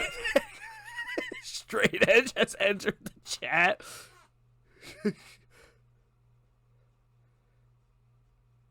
Dude, them Straight Edge dudes don't fuck around though. Like, they really don't. Like, Yeah, they don't. Straight Edge dudes a lot of time are straight edge because it's like family or friends wronged them who were addicts, and so they hate substances. Like a lot of them are angry because their lives have been ruined by other people abusing substances, so they have like that angry no tolerance. Like if I see you doing it, you're just like my deadbeat dad. I'll fucking beat your ass too. You do know that Chandler over here is straight edge, right? You're gonna kick my ass, daddy? Yeah, my bass player is straight edge too. But my bass player's straight edge because of like the similar situation, except he's not angry about it. Yeah. But with like a ton of abuse in the family and shit of like that type of like. I guess I'm sort of straight edge then because I don't smoke weed or nothing. I don't do any cigarettes. Oh wow, I smoke cigarettes. It's not like I'm smoking crack. Yeah, but dude, you're not nailed though. You're not nailed to the cross, my guy. You're not nailed to the X. Let's do fucking Christian hardcore band. Oh please, we like just got rid of all those. Is this for today? Huh? Is this for today? For the You know likes. what's kind of, what's kind of funny too is like the, like unseen repercussion of Christian metalcore and deathcore dying out is that bands like A Night in Texas ran out of things to write about. Or fucking like I forget the band. I mean, I forget one of the bands that would like diss religion a lot. I mean, that's just simply all black metal, but there was one that specifically fucking stood out, and I forget what the name of it was. There's a lot of deathcore bands that are like that thy shit, like Thy Art Is Murder, Lorna Shore. Thy Art Is more. Carnifex is very, very out there for that. Thy Art Is Murder is now metalcore. Just thought I'd say that. Did you hear their most recent single? Yeah. The one with the weird 3D video? Yeah. That one kind of leans towards like Hate 3.0. More so than their last record. Make America Hate Again. Fuck. I have the Make Deathcore Great Again hat in my closet. Make deathcore great again. I'm wearing it on the podcast on Thursday. That's hot. It's happening. I'm wearing it. It's crack-a-lackin', baby. Yeah. Baby boy. I don't normally wear hats, but like, I want to wear it. I fucking wore it into Hot Topic. No, I think I wore it into Walmart, and some dude was like, "How dare you disrespect MAGA?" How dare His lips all out. What is wrong with you? This is my flag. But no, it's just, I don't know. There's a lot of shit that goes on in the metal scene that we don't really know about, and I just wish it was talked about more. Like, nobody really talks about shit like that. Like, nobody talks about, you know, the racism in metal or the fucking, you know, the just like things that need to be spoken on.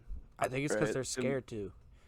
And they should. Well, yeah, because for so long it's been so normalized, and when things are normalized, by principle, you're outnumbered in thought. Because if it's normal, then that means the majority backs it, right? Yeah. Or you would just be like scared to speak out against it because you'd be outnumbered. There's But one. now, yeah, band. we got bands like Strangled that are just like have songs like Torah, and you're just like, "Hey, bro, if you're racist, literally go fuck yourself. Man. I will kick your fucking ass if I catch you being racist." Like, we were talking about Pantera on the podcast the other day.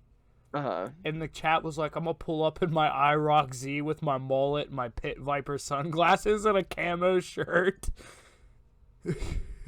Hold on, Nick Nocturnal just raided me. 1 second.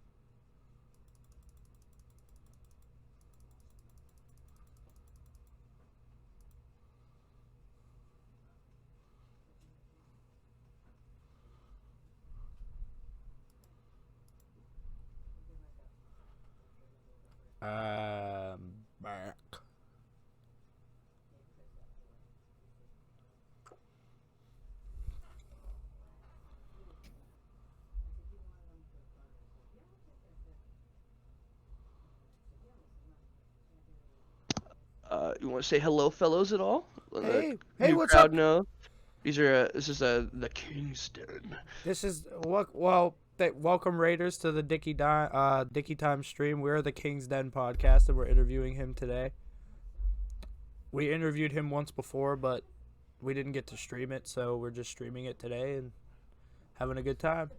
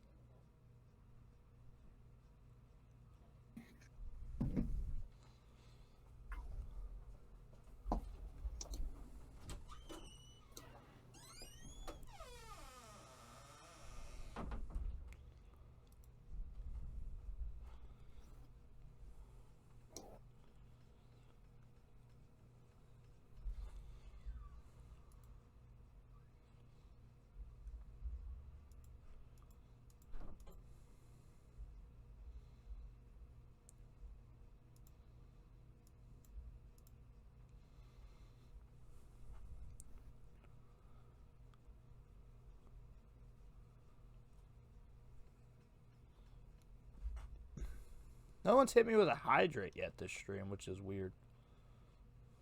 Mm. I normally get hit with a hydrate.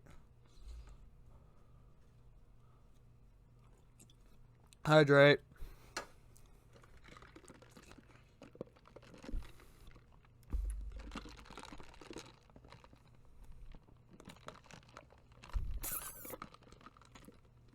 Okay. I'm gonna time you out. Let's do it. Time me out. You're... Dude. Yo, you guys listen to Owane before? Who? It's Owane. He's like a YouTube musician, but he makes some funky music. Play that funky music, white boy. It's like instrumental shit, but it's really cool. It's like he's got a bongo bass, you know he's fucking real. When's Meth Witch dropping a new album? Yo. Dude, Endwell is so fucking sick. Yeah. The That was White such Bear a creepy Project. record. Such a creepy record. Loved it. Larry, shout out to Larry. The White Bear Project is a fucking solid solo project, I think. Shout out to Larry. I should actually answer this on here. Do you guys mind if I answer a vocal question on the cast real quick? Go ahead. Okay, so somebody was asking about the Grizzly screams, the dual tone false chords. Yeah. It's basically tunnel throat false chord, just to make it more understandable. But a lot of time with what's cool about false chord is that if you make a bass noise, not bass as in the tone, but like a solid starting noise or sound or voice, and then just apply a scream to it, it'll like drastically change what the outcome is. So like you could have a normal, it's just like projected low, but then you do like this, like talk like this, and then I'm changing how my bass voice is, and then I would do a scream, and it goes from a normal false chord low to a dual tone. Because of this, it becomes a grizzly or a false chord tunnel. So there's so much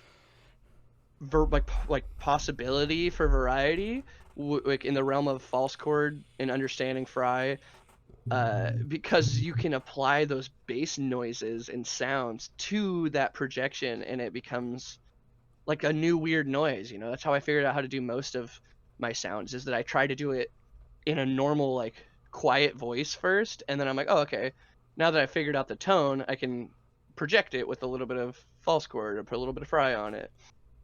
And I feel like that's something that people lack, is that they lack just experimenting with sounds. Like, people don't just sit around enough and just try to make different sounds to scream. Because that's literally how I found out how to do the grizzly thing, is that I was working a warehouse job, and I was just sitting in the back of the warehouse doing my tasks, and I was doing different sound effects. Like I saw somebody talk about how if you did a meatwad voice, it'd help your high screams get higher pitched, and so I was trying to do that. And so when I was trying to do this thing, man, I was trying to talk like meatwad, man. Trying to do like a little bit of meatwad thing.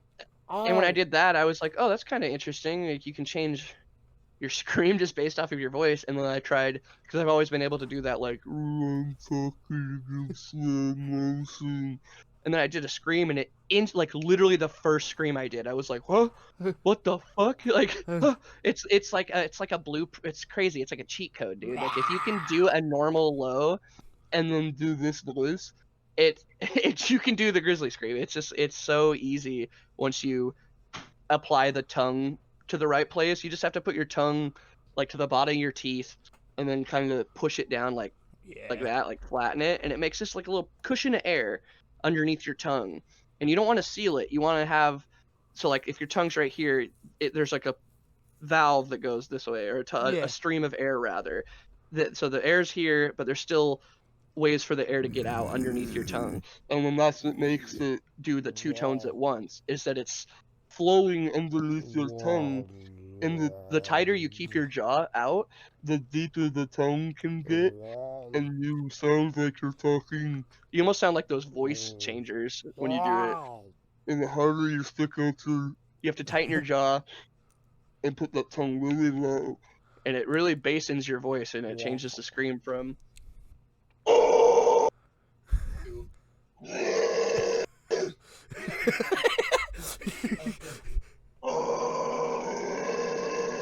just by pushing my tongue. Literally, it's insane. And you can do it with such an open mouth because of the tongue thing. Because usually to get a lower tone in most, you have to make a really small, the Dan Watson butthole mouth that he talks about. That's how you get those lower sounds. But that's only for like fries and stuff and like other types of false chords. But with the tunnel throat, you can literally do like the nastiest deep sounds with an open mouth. Like.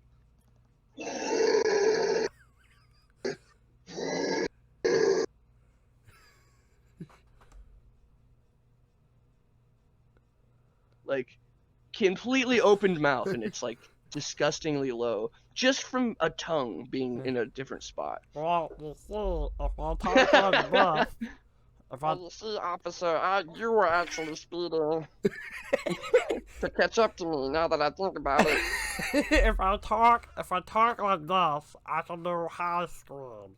But the thing is I don't want to do high screams. I want to do low.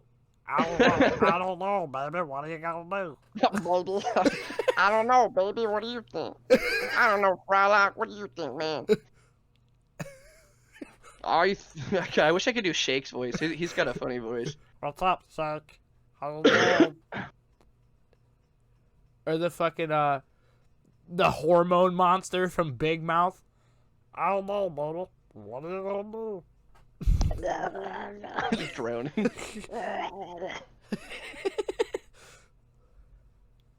Austin, you can answer questions like from your chat during the podcast, right? Like you don't have to keep flipping your mic up.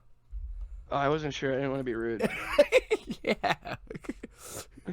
You want to just like start talking over you guys? Be like, oh, dude, thanks, chat.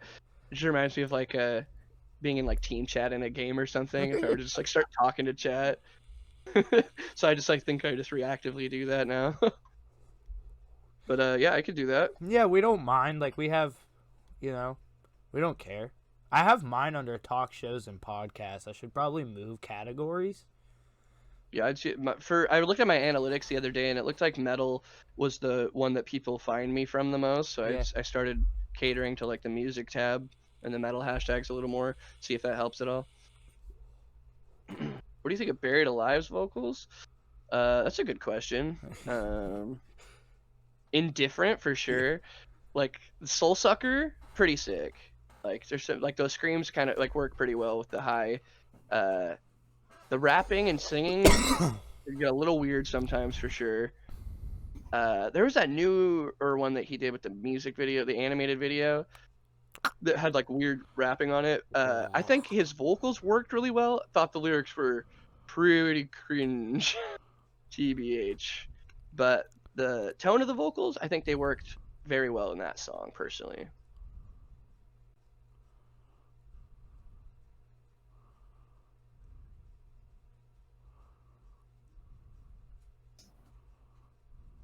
What was it called? I have mental health set as one of my tabs, because we do talk about mental health on here. Hell yeah. Sometimes. Fuck yeah, baby. It was that Blood Orange, by the way. I just looked it up. One band that I really want to see go places, like, is I want to see death metal actually fucking go somewhere. Like, I mean, they've been pretty. They have a pretty big like festival audience. yeah. But like, I mean, Like I just go want, ahead. I want to see them do like tours, like actual like big tours. Yeah. Like That's true. That's fair. They definitely.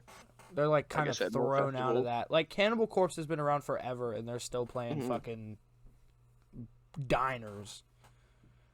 Right. Yeah, it's very interesting. Like I'm sure for some of those bands like Nile that it's like they can afford to just like we just only play festivals once in a while. And for some bands that works. Like you guys remember the Browning? I think so. Yes. That band is dude, I need to do like a video on that band or something, because I feel like not enough people talk about the weird changes of like marketing that band went through to be as successful and maintain their relevance as they have. Like they like almost faded out of the metalcore community and became a festival exclusive band, like a band that just got on every festival until they garnered enough like festival goer audiences that they had like an entirely new demographic of people. And then they did like collabs with Jake Hill and like had like more rap artists on their songs, and they've built up and garnered this like unique diehard fan base of people that are not the original people that knew about the band. So it's like they've been killing it, but nobody who knew about the Browning knows that they're killing it, because they're playing, they're opening for fucking these giant festivals now. And did you see too that band ran a meme page for a while? Yeah, you're right. But Behemoth does still have massive shows. Behemoth toured with Slipknot, I think, on Knotfest. I think it was. I could see that. I think it was Knotfest. I think it was them, Gojira, Volbeat, Korn, and Slipknot. Gojira's so sick. Volbeat. Fucking Volbeat.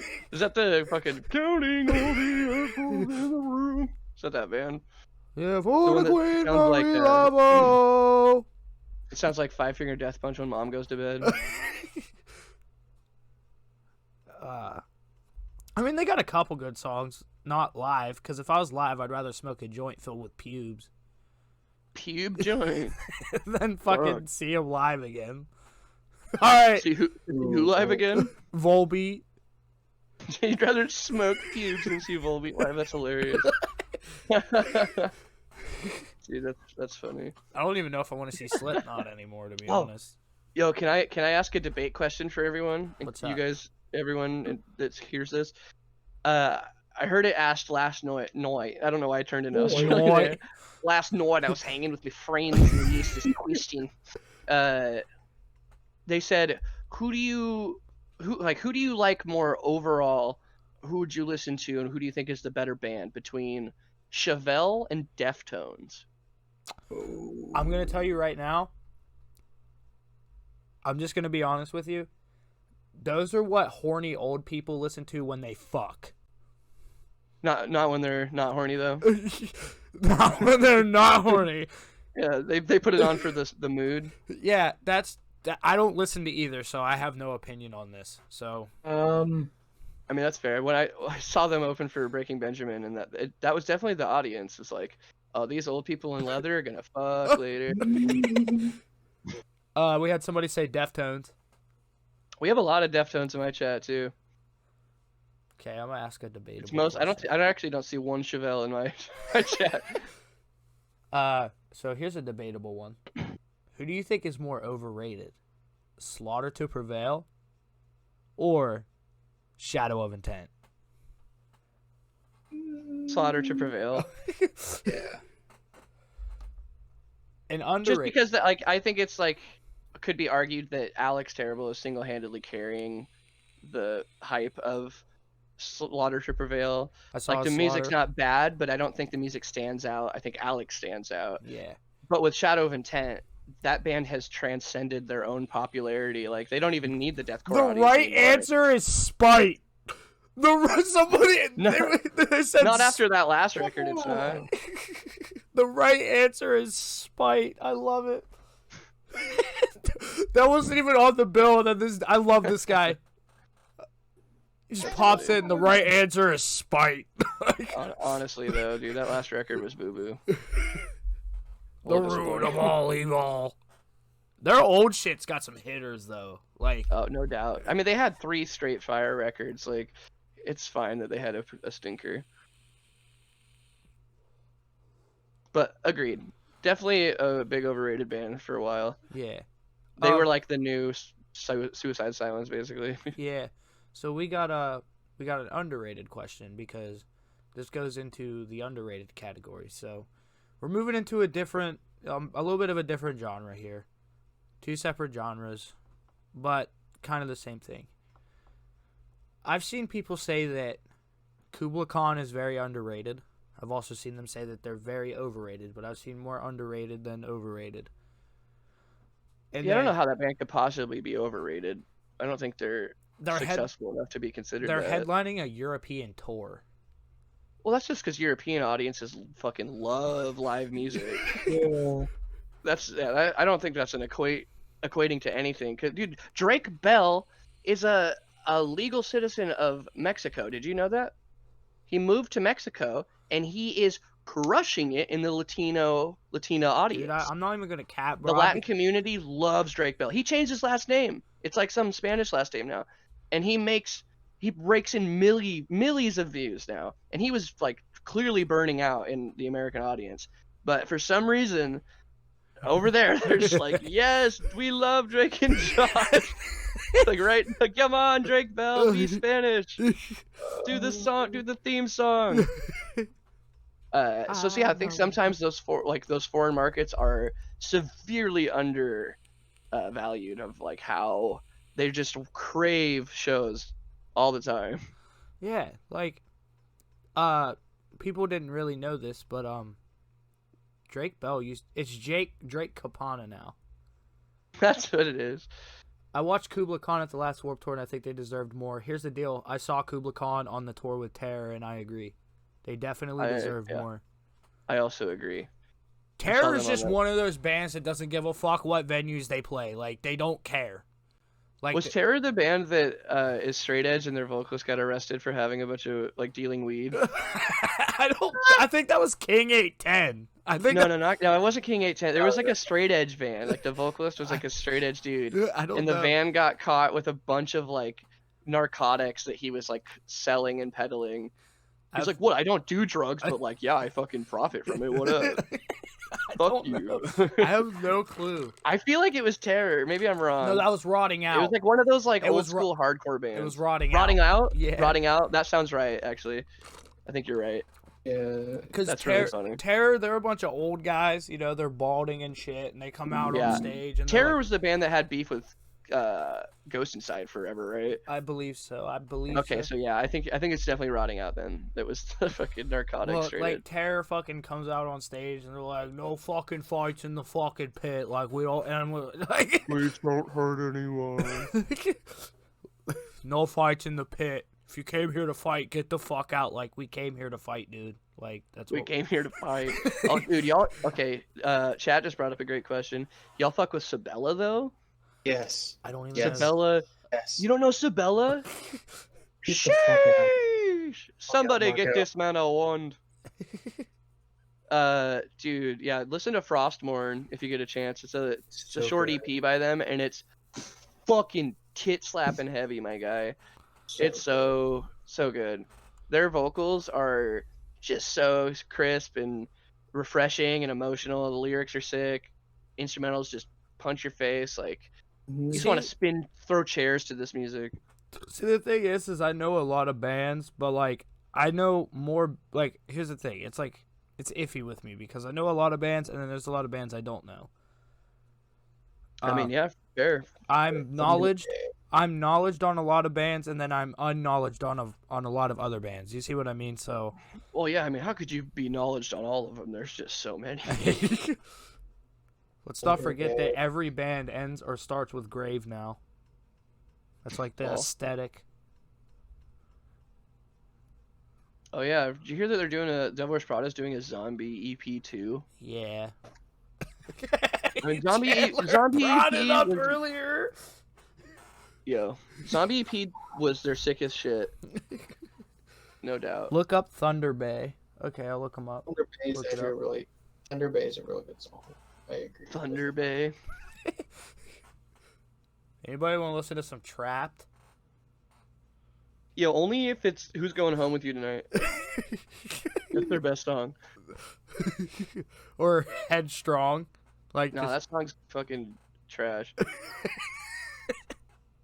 the whole. I've seen enough Halo 3 compilations to that song for a lifetime.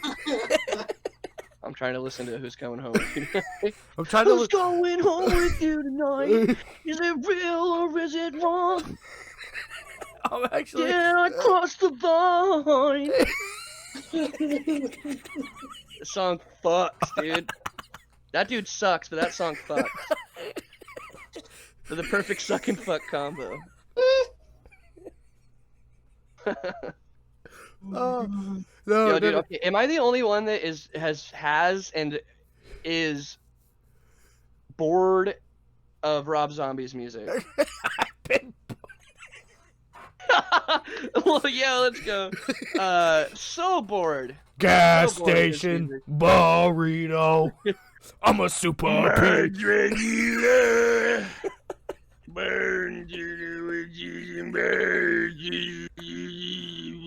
It's like, fucking shut up. I don't care.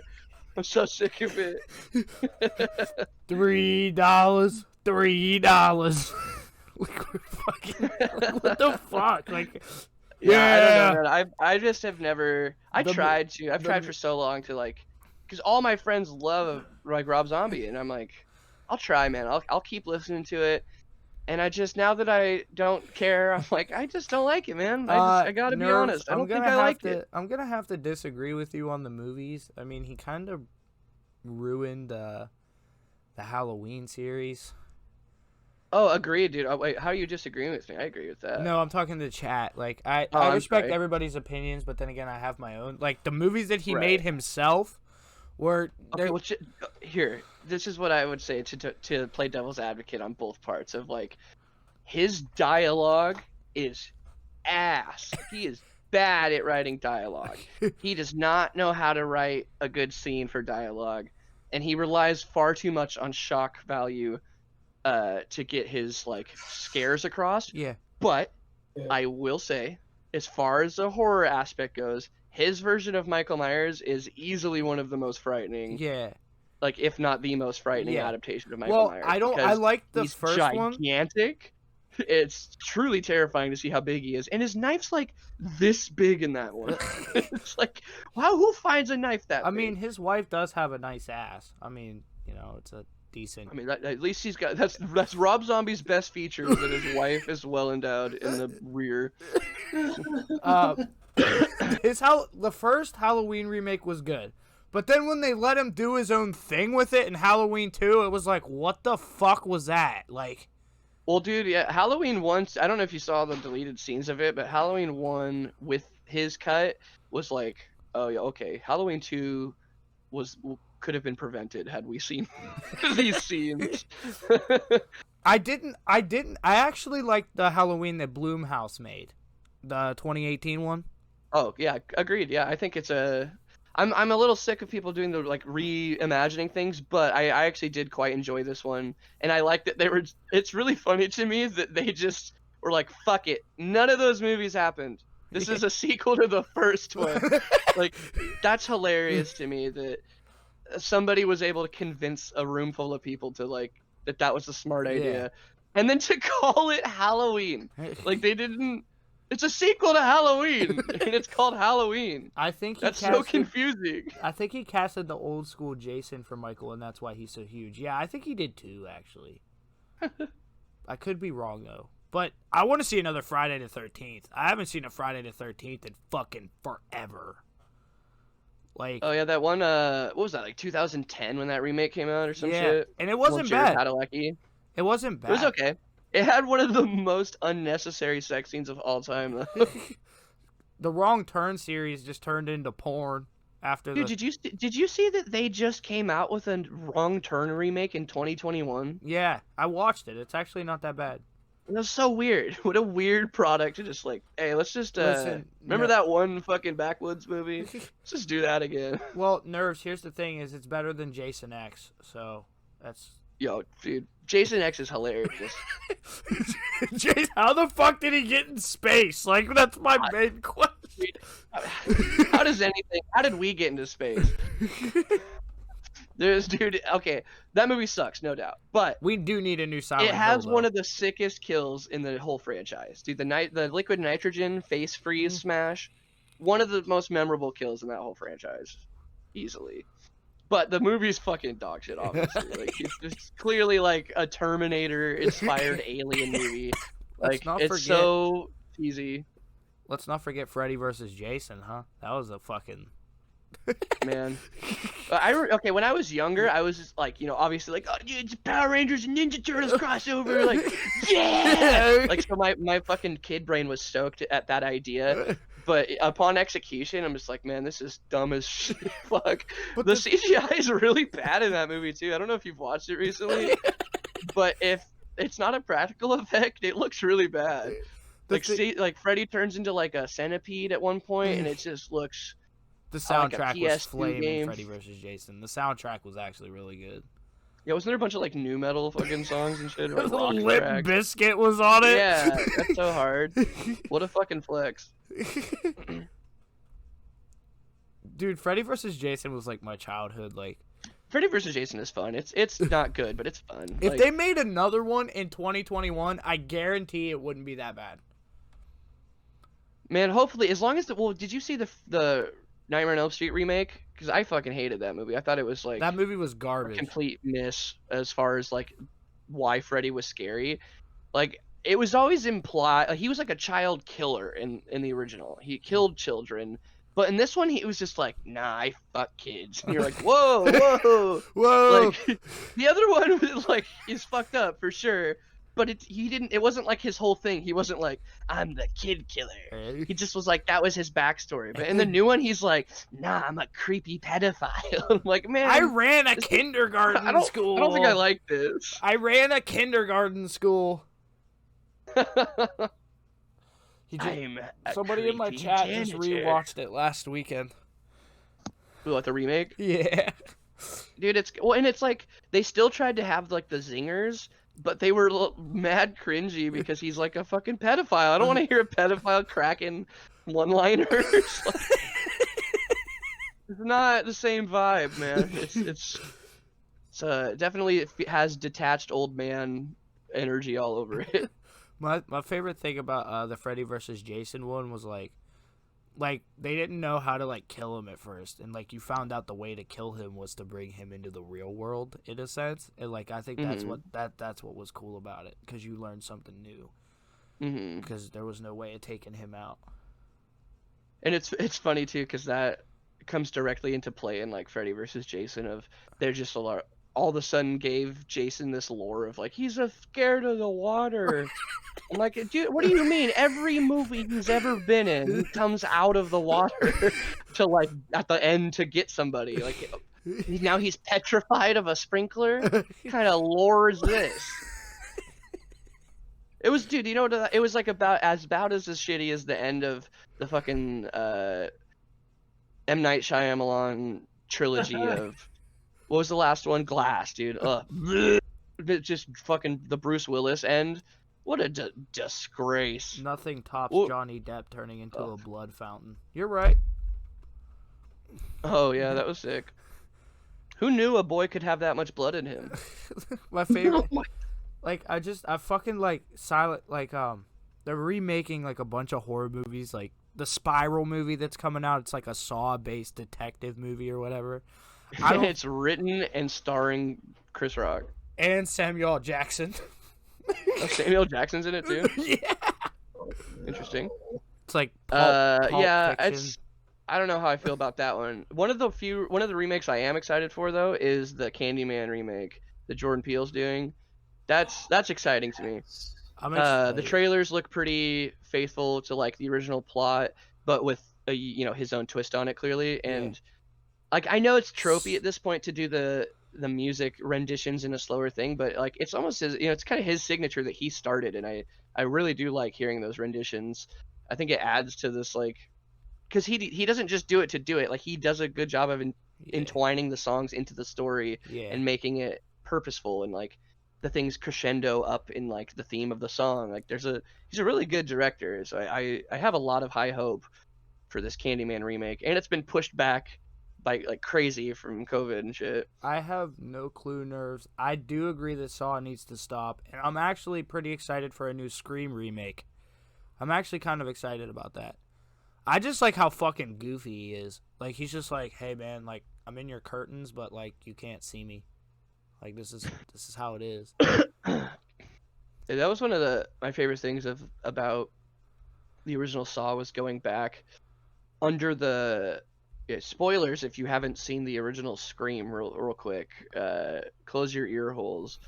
But like knowing the reveal at the end, going back and watching the movie and seeing which of the two was committing the crimes at the time, like the directing was really good because if you rewatch it, you can tell which one is Stu and which one is the other guy, based off of how they act and how like Stu is a lot more clumsy and he falls over everything versus the other guy who's a lot more put together. Billy, that's his name, and he's like way more precise and vigil and direct to the kill versus the other guy's like spastic and like all over the place. And if you rewatch the movie, those scenes play out perfectly as to when their alibis match up and to where one would be covering for the other. It's really well written. Have you guys watched The Uh, Platform? Here, spoiler. Here, I gotta tell them spoiler over. They were self-aware about how dumb they were, and that's why it was so good. Fair. I've never seen The Platform. Platform's pretty solid. It's not the best, but it's a cool commentary on society, of like how like people will never agree to share the pot, basically. Yeah. Like the idea of just everyone climbing over each other because of the idea that, well, if you were here, you'd be doing it too, so Yeah. I'm just gonna do it preemptively. My It's like a fun idea. the for a best film. horror movie ever was the Unfriended series. You cannot, you can't tell me that they weren't. Okay, Unfriended, top horror movie series ever. Okay, cyberbullying, pretty solid standpoint. I think. I respect your opinion. Do you understand how sarcastic I was? No, I was really trying not to go off on you. I was just like, I'm gonna be nice. You can like what you like, but On the dead. boy, is that movie dog shit. I liked the plot of it though, because like cyberbullying does cause people to do like the plot of it was to stop cyberbullying or whatever. Like, But in like the most tone deaf way possible. Scream movies were absolutely self-aware. As above, so below. Did you see how she shoots herself in the movie? Who does that? Who holds a gun like that when they're trying to shoot them? She holds both her hands out and points it towards her head, kind of with a pistol. What the? Come on. I think my favorite movie, because of my dad, was Dawn of the Dead. Oh, which one? The OG or the mall one? OG one and the mall one. Yeah, there's not the new mall one, not the remake, but like the original one. Okay. Yeah. That's fucking sick. Dude, George A. Romero shit. Dude. OG zombie stuff. Very cool. I like the Conjuring series a lot too, because like it like tells like a true story in a sense. I guess if you think about it, they just kind of like overdo it. I can't wait for the third one because the story they're covering is the one where they had to go to court to prove that ghosts exist. So I want to see how that pans out. I definitely like the one with the Curse of La Corona or whatever her fucking name was. La Corona. La Llorona. Have you seen Uh, #Alive, Chandler? that's that Korean zombie movie, right? On Yeah. Netflix. Uh, I think Dead Meat did a kill count for it. Oh yeah, you right. You right. You right. You seen the movie Brain Dead? Yeah, definitely. It's a I want a classic. cyberpunk movie, dude. I feel like a cyberpunk movie would be sick. Oh, dude. So I was hanging out with this homie I hadn't seen in a while, and he had a pretty solid idea for a horror movie that he said that I was like, man, I actually kind of want to see that now. Where like these dudes go up into the woods and like hunting like a Sasquatch, and they find one and catch it and bring it home, and like a bunch of like other Sasquatch like start hunting him down to like retrieve their stolen squatch, and they just like go through the city looking for their boy, and they're just like mercilessly like murking people and like through the nights, like super coordinated, but it's like mad brutal. There's just these terrifying giant squatches. Like imagine like some like wife doing dishes in the there's like a big window in front of her. She's doing the dishes and she looks up and there's just like these big eyes and a fist like comes through the window. Looking big old squatch. It'd be fucking so cool. One movie I actually, the best horror movie hands down is Tucker and Dale versus Evil. Yeah, that's such a good fucking dark comedy like type of horror movie. I love those type of funny like walk the line of like Cabin in the Woods. Yeah. I love a horror movie that can make me laugh. Dale versus Evil is so funny, man. Hey, thanks for the 100 biddies. So funny. Big old squatch. I literally want to watch #Alive now. Can we talk about the lighthouse? I don't think we can, dude. Like, how can you talk about the lighthouse without spoiling it? I don't even know. I've never seen it. My boy. Have you seen The Witch? The Witch? No. Fuck. Are you familiar with A24 Studios? No. Dude, they have like some of the best fucking movies, my man. They did Hereditary, they did Uncut Gems, yeah. Killing of a Sacred Deer, The Lobster, Midsummer, The Lighthouse, The Witch, Under the Skin, Blackcoat's Daughter, like so many like S tier horror movies. I actually just watched one the other day that was it's called The Hole in the Ground. Not very good. Stay away from that one. Did you But guys there's other see ones I said. that fucking television series that's coming out with Andy Ballsack and a bunch of metal vocalists? I think it's called like Paradise City. Oh yeah, I just saw that actually. I was checking record labels to see like what bands had been signed recently, and I saw that there was like these trailers for a TV show that Mr. Andy Biersack is fronting. It's basically the American Satan, the TV show. I loved it. My ex hated it. Midsummer. I'll have to watch these. I like Midsummer. Midsommar sick. Hereditary's great, but I do gotta warn you, if you got like any family traumas, like of very guilting parents, that's like heavy themes in this. So careful of that. I've had some people be like overwhelmed and like uncomfortable, be like, I don't think I can watch this. This is stressing me the fuck One out. movie I actually didn't mind was Get Out. Like Get Out's sick. I didn't Love that movie. I didn't mind that. I also didn't mind I'm trying to think Us? of what it is. Us. I didn't see that. That was Jordan Peele's follow up. Which one? He did Get Out. Oh. I'm trying to think of what. Okay, can we talk about Kong versus Godzilla real quick? If anybody's seen it, I haven't seen it yet. Don't spoil it for me. I've been dying to watch it. I can take my headset off if I need to. No, but... I've watched it, and Is it entertaining? it is very entertaining, and you're actually going to be surprised at the outcome. Is it a good amount of like monster fighting versus the human interactions? Oh, I mean, it's a mix between both, so it's like they balance it out. All right, 'cause that was a big fucking complaint from the last couple for me. Is like it could be getting really good, and then they just like close the door and be like, "All right, time to talk about Millie Bobby Brown for a little bit." All I'm gonna say is Why? they teased like this was during the credits. Like we knew this was gonna happen at some point, but they fucking teased like like one of the new Titans, like a Titan that we haven't seen a movie of yet. Oh, okay. So Mothra, maybe, or Rodon or some shit. someone. Or they Rodan? Wasn't Rodan in the other one actually? I think so. Or the Spider. The Spider would be cool. Scarlet. I'd like to see that. Oh, what's the turtle boy's name? Upright turtle that like spins around and flies. I'm not sure. Oh man, dude, I used to love Godzilla. I used to play all the fighting games and shit. I saw the last Godzilla movie with my baby bro, and it was pretty ass. I agree, dude. The King of the Monsters one. Yeah, all I gotta say is Godzilla's a bitch. That's all I'm saying. Which That's all. one? Huh? Which version? Which version? All of them. Every Godzilla is bitch. Yo, King Ghidorah is fucking badass. Isn't that the 3-headed dragon? Mm-hmm. I want to see a Mothra one because I feel like a Mothra one would be pretty cool, or like the big spider one. Mothra always just shows up and then dies and then comes back as like a different Mothra. It's like, hey Godzilla, what's going on? And then comes back the next episode. Mothra, where are you? I want to see Kong like in a future Kong movie if they do one. I want to see his parents. Like I want to see him reunite with like his clan.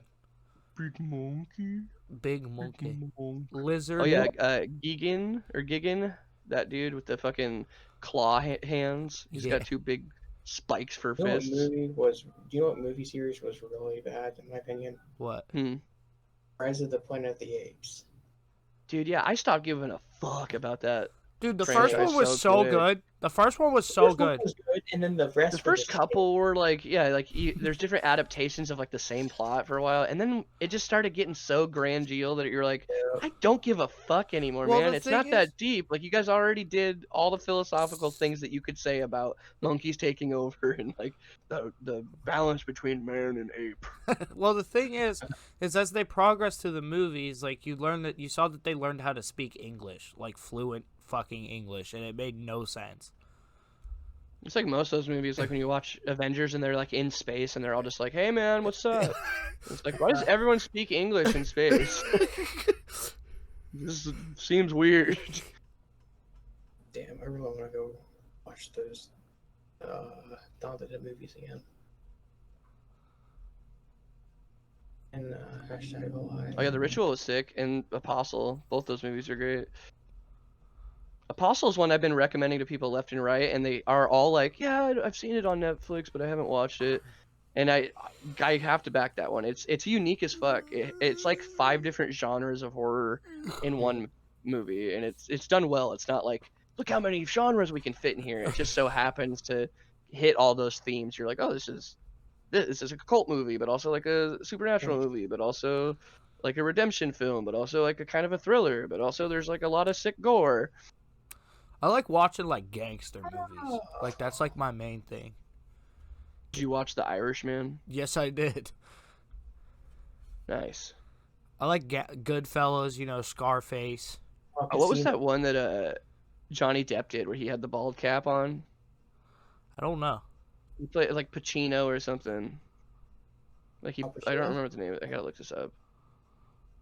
I need to have a Jamie to look these things up for me. I think Tom Hardy did a movie called Capone. It was like about Al Capone. After. It's called Black Mass. That's what I was thinking of.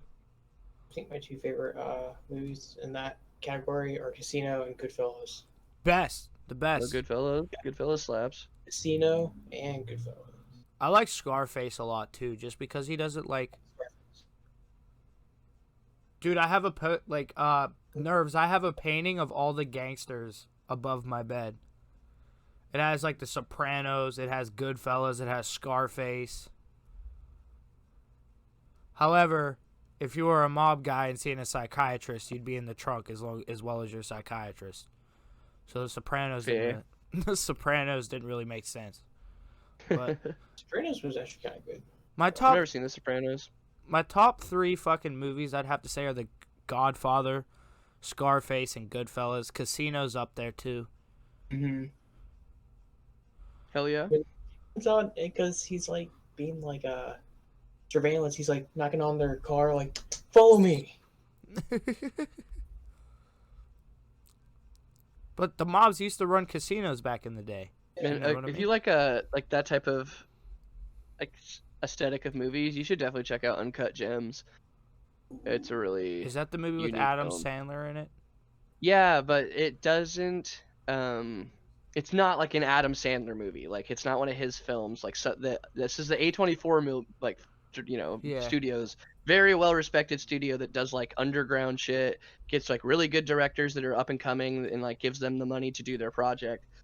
And this is such a good casting pick because the character is absolutely deplorable. Like this, like the worst type of dude, just sucks. But because it's Adam Sandler, you inherently, without thinking about it, want to like the guy because it's Adam Sandler. When do you not like him in a movie? He's just like the funny, goofy guy. He's so innocent and like unassuming. Like it's just like, yeah, it's Adam Sandler. Who's like pissed at Adam Sandler for existing? Like sure, not everyone likes his movies, but like nobody goes out of their way to be like, fuck you, Adam Sandler.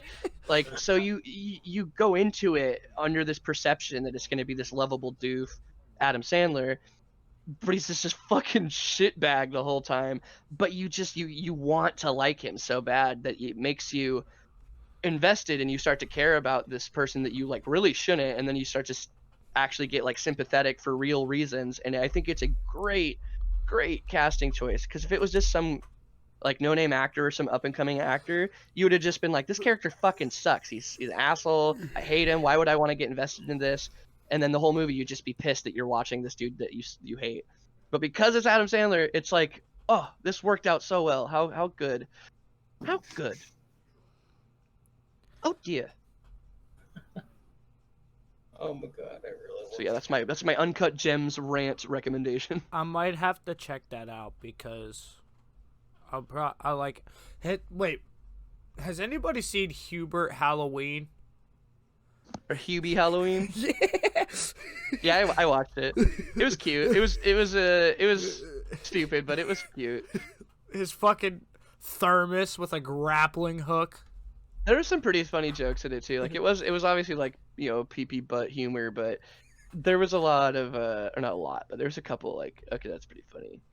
Like that reoccurring bit with the bike when people keep throwing shit at him, and it just gets progressively more and more insane to like where they're throwing like washing machines at him. You're like, well, okay, this is pretty funny. I didn't expected to get this out of hand. And it's got a decent message, you know. If like, don't be an asshole to people for no reason. Quit making assumptions about people. Did you know Like, that? yeah, it's fun. Did you know that the guy that played Henry Hill in Goodfellas played one of the people in Hubie Halloween? Is that the older dude? Yeah, with the Looks gray. like Ray Liotta or whatever.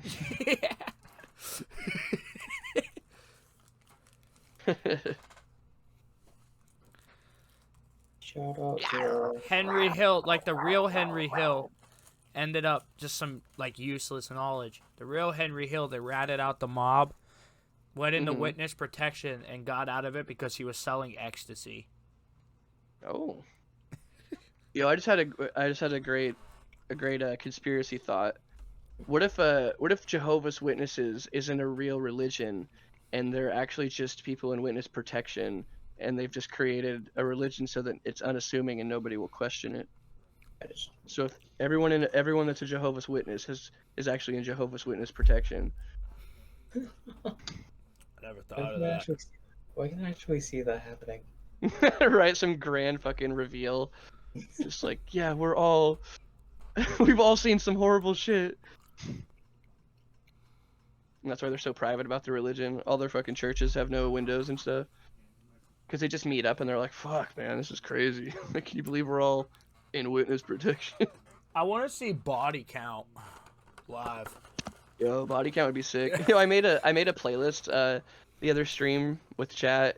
I think I called it the Word of the State, and it was just a playlist that had in order, like how do I even describe this? Like a crime to being committed. So like in order, the playlist is body count being the crime, And then the next band is called Detain. You're getting arrested. The next band is called Mugshot. You're getting your mugshot taken. Then we got Sentenced. You're getting sentenced. Death Row. You're sentenced to death row. And then if we end with Prison, you wait in prison until you die. It's good life. It's the Word of the State playlist. It's got 6 songs. Prison's good live. I didn't mind them live. They were okay. Prison's site. I'll give anything. There's that playlist if anybody wants it. Dinkelberg. Oh, you guys want to hear something crazy? What? You guys know Fairly Odd Parents? Mm-hmm. Yeah. Okay, so this shit blew my mind. You know how the neighbor his name is Dinkelberg, the Dinkelbergs, and it's not a dad, but a husband and wife. They don't have any kids. So their name is an acronym. It's double income, no kids.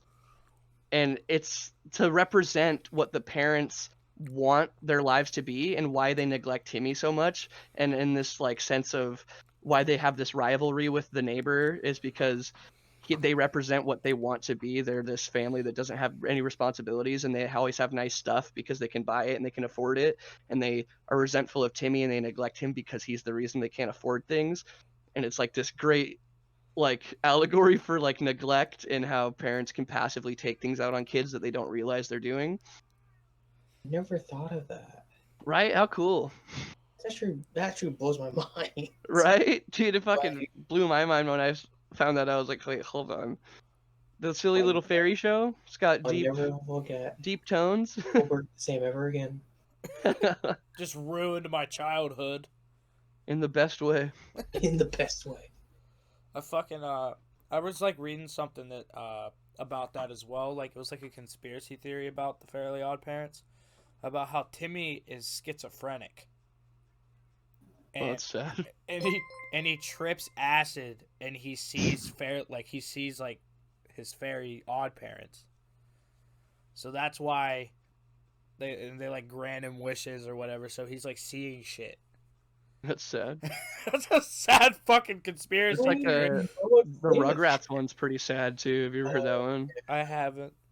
The one that's Angelica is going through psychosis basically because of her stillborn brother and all the kids around her, the neighbor having twins that were supposed. It was basically all the kids were dead and they had different reasons for dying, and that's why they were the way they were. And Angelica was this tortured kid that had to deal with all of her close baby friends dying horribly, and she lived in this made up world where they all centered around her and would come to her and she would always be involved. And it's oh, this is fucking sad. I hope this one's Hey, real. Dead Nerves, thanks for the sub. Much appreciated. Number 15. Burger King foot lettuce. Ew.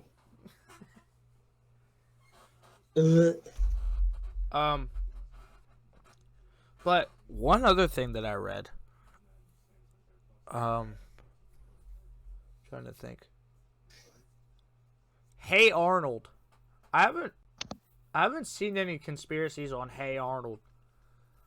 I feel you don't even need conspiracies. I feel that one's pretty straightforward of Hey Arnold, dude. This kid's life is already pretty sad.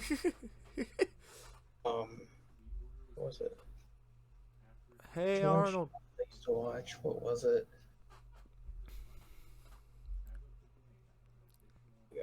Oh wait, it was Rugrats. Never mind. Hey Arnold. After this, I'm watching fucking Hey Arnold, bro. After this, I'm watching Live. There's this So my dad told me that there's this movie he watched, and maybe 20 minutes in, he just turned it off. It wasn't bad. It was bad as in gory. Oh. Really gore. Really disturbing things in the movie. And to this day, he won't tell me what it is. What movie? We don't know. He won't tell me what the movie is. And Did he describe any of it? Just over the top weird, as in disturbing. Was it a Serbian film or Solo? I think it was a Serbian film. Was it a snuff film? Now, Serbian film is like Serbia has really intense Yeah. like censorship laws, and so this movie was made basically as a fuck you to the government of Serbia so they made the most over the top movie they could. Like there's Thinking, literally a scene where the dude kills a man by effing his fucking eye socket with his hard erect coincus. it was that movie. It was that one. It's yeah, that's a Serbian film. Oh my god. Yeah, I guess for the longest time, for the past like 7 or 8 years, I kept on asking, Dad, what's the movie called? He's like, what do you think? I'm high. I'm not telling you the movie. Well, sorry, Dad. He's got a new Daddy now. Let's go watch Serbian film, son. Come on. We can bond together with it. Yeah, Serbian film is definitely like try hard, over the top, like reaction because of the censorship laws. It's not like, to me, it's not genuinely disturbing because it's just like, oh, this is just like if you sat in a room with high schoolers and were like, just what's the most fucked up thing you could think of? They're like, what if you fucking like killed a guy with your boner? You're like, okay, sick. Well, did you put boobs in it? Yeah. Write that down. Boobs in it. Got it. What else? Like sex. All right, cool. We got it. Anything else? What do you mean, like a bad guy and he gets killed? All right, perfect. Serbian film. What if you kill a bad guy with your boner? Yeah, what if you boner a man to death and through his head? Oh my god. That'd be fucking sick. I really want to call him and bug him about it, or bug my mom about it. Hey, there's my Cato. Guess what, Dad? I found the movie. You sick fuck. I know what you've seen. There's my Cato. Dude, I've seen like the most fucked up movies, but one video I've always managed to never watch, and I am so proud of myself. Two Girls, One Cup. Never seen it. Never will see it. Never want to see it. Not gonna see it. You didn't have. Not gonna watch it. You didn't. I heard there was like a big study finding out that it was fake, but it was made as fetish porn, so it looks very real. And they still put it in their butts and stuff, and like just it might be a fake liquid, but the act is still pretty fucked up. Not gonna watch it. I've seen like all the bad ones. I've seen the fucking Three Guys One Hammer, like I've seen them all, but I have not watched fucking the Poo Poo Girls, the Power Poop Girls. There was one video surfacing, like, since we're on the topic of odd shit. Watched One Lunatic, One Ice Pick. Oh yeah, I've seen that one too. That's a real fucking one. That one's fucked up. That one is fucked up. I'm curious. I've seen One Man, One Jar. That's another one of those. Dude, I've seen them all, man. I had one of those, like, when I was in high school, I had a friend that had like wealthy parents that just neglected him and just gave him shit. And he had like the nicest MacBook, and he was where we practiced like music and shit. And we'd go over there, and he'd always be like, "Hey, you guys know the Encyclopedia Dramatica?" And I'm like, "The what?" And he'd be like, "Check this shit out." And we just would look. He'd make us look at it for like hours, and I've just found out about everything. There was this video like that went around our high school for like a couple years of this dude that shoved a drill bit in his fucking pecker, and like. And then, oh, did you remember the Pain Olympics? I don't. That one I found out was fake too.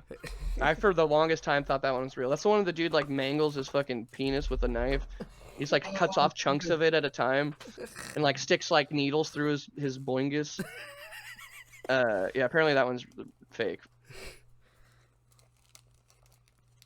I don't say that. No, sounding's not that bad of a concept, but I think didn't you say it was like something, like, what did you say it was? The thing going into the dick hole? A drill bit. Yeah, see, that's different. That's not sounding. That's fucking drilling. I mean, I haven't seen like all of them, but the first one that I saw was Two Girls, One Cup, and I'm telling you, You're probably scarred. Do you see the pain? Bro, I've seen everything, but not. I'm telling you, that is too far. I've watched so many videos on best gore, real life deaths and shit. Like I've seen the faces of death. Like I've seen all those fucking movies, all those things. But I refuse to watch two girls suck shit out of each other's butts. Right. I felt like shit all day. That's the icing right there. The pistachio icing. The thing, the thing is if I were to watch it now, I'd probably puke. Yo, Left Turn, what do you guys feel about cave diving videos or experiences? You ever do that shit or watch those videos? I've watched cave diving stuff. Dude, like spelunking, that shit terrifies me, man. People going through like tiny crevices and shit. I'll watch that just to make my heart race. It's You like, guys would love Spooky Rice on YouTube. I'll have to check I it watch out. him all the time.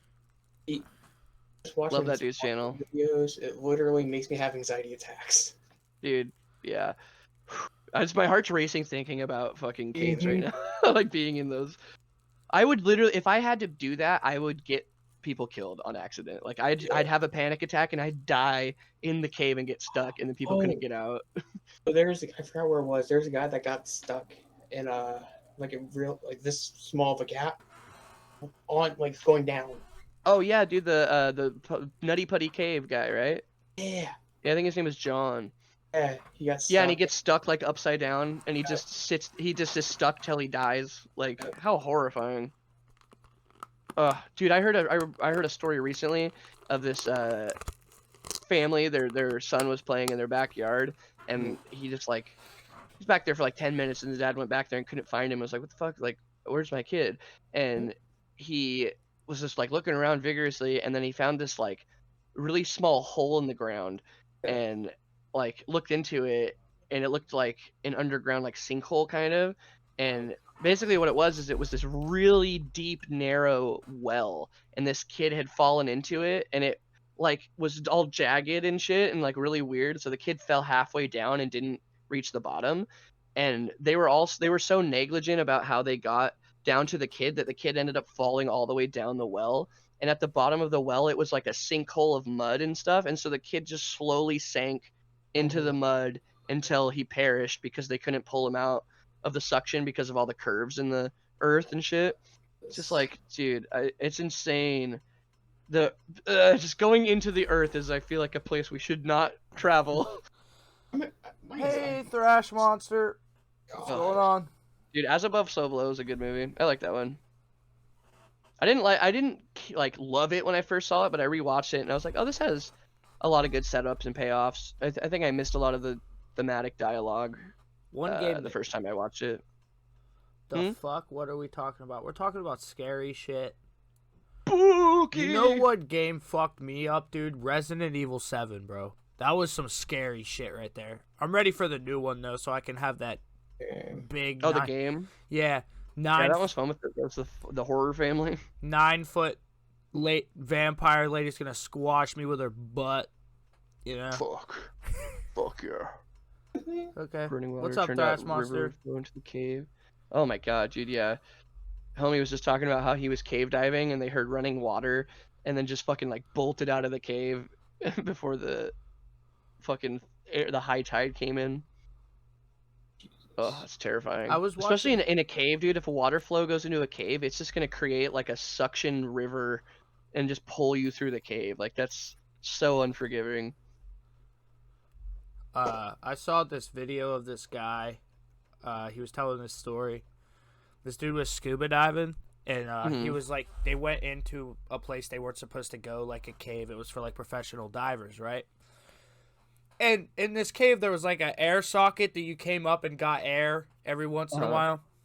Well, the dude was feeling around and he kept hitting his head. But here's the thing. You can't see when you're down there. His flashlight died.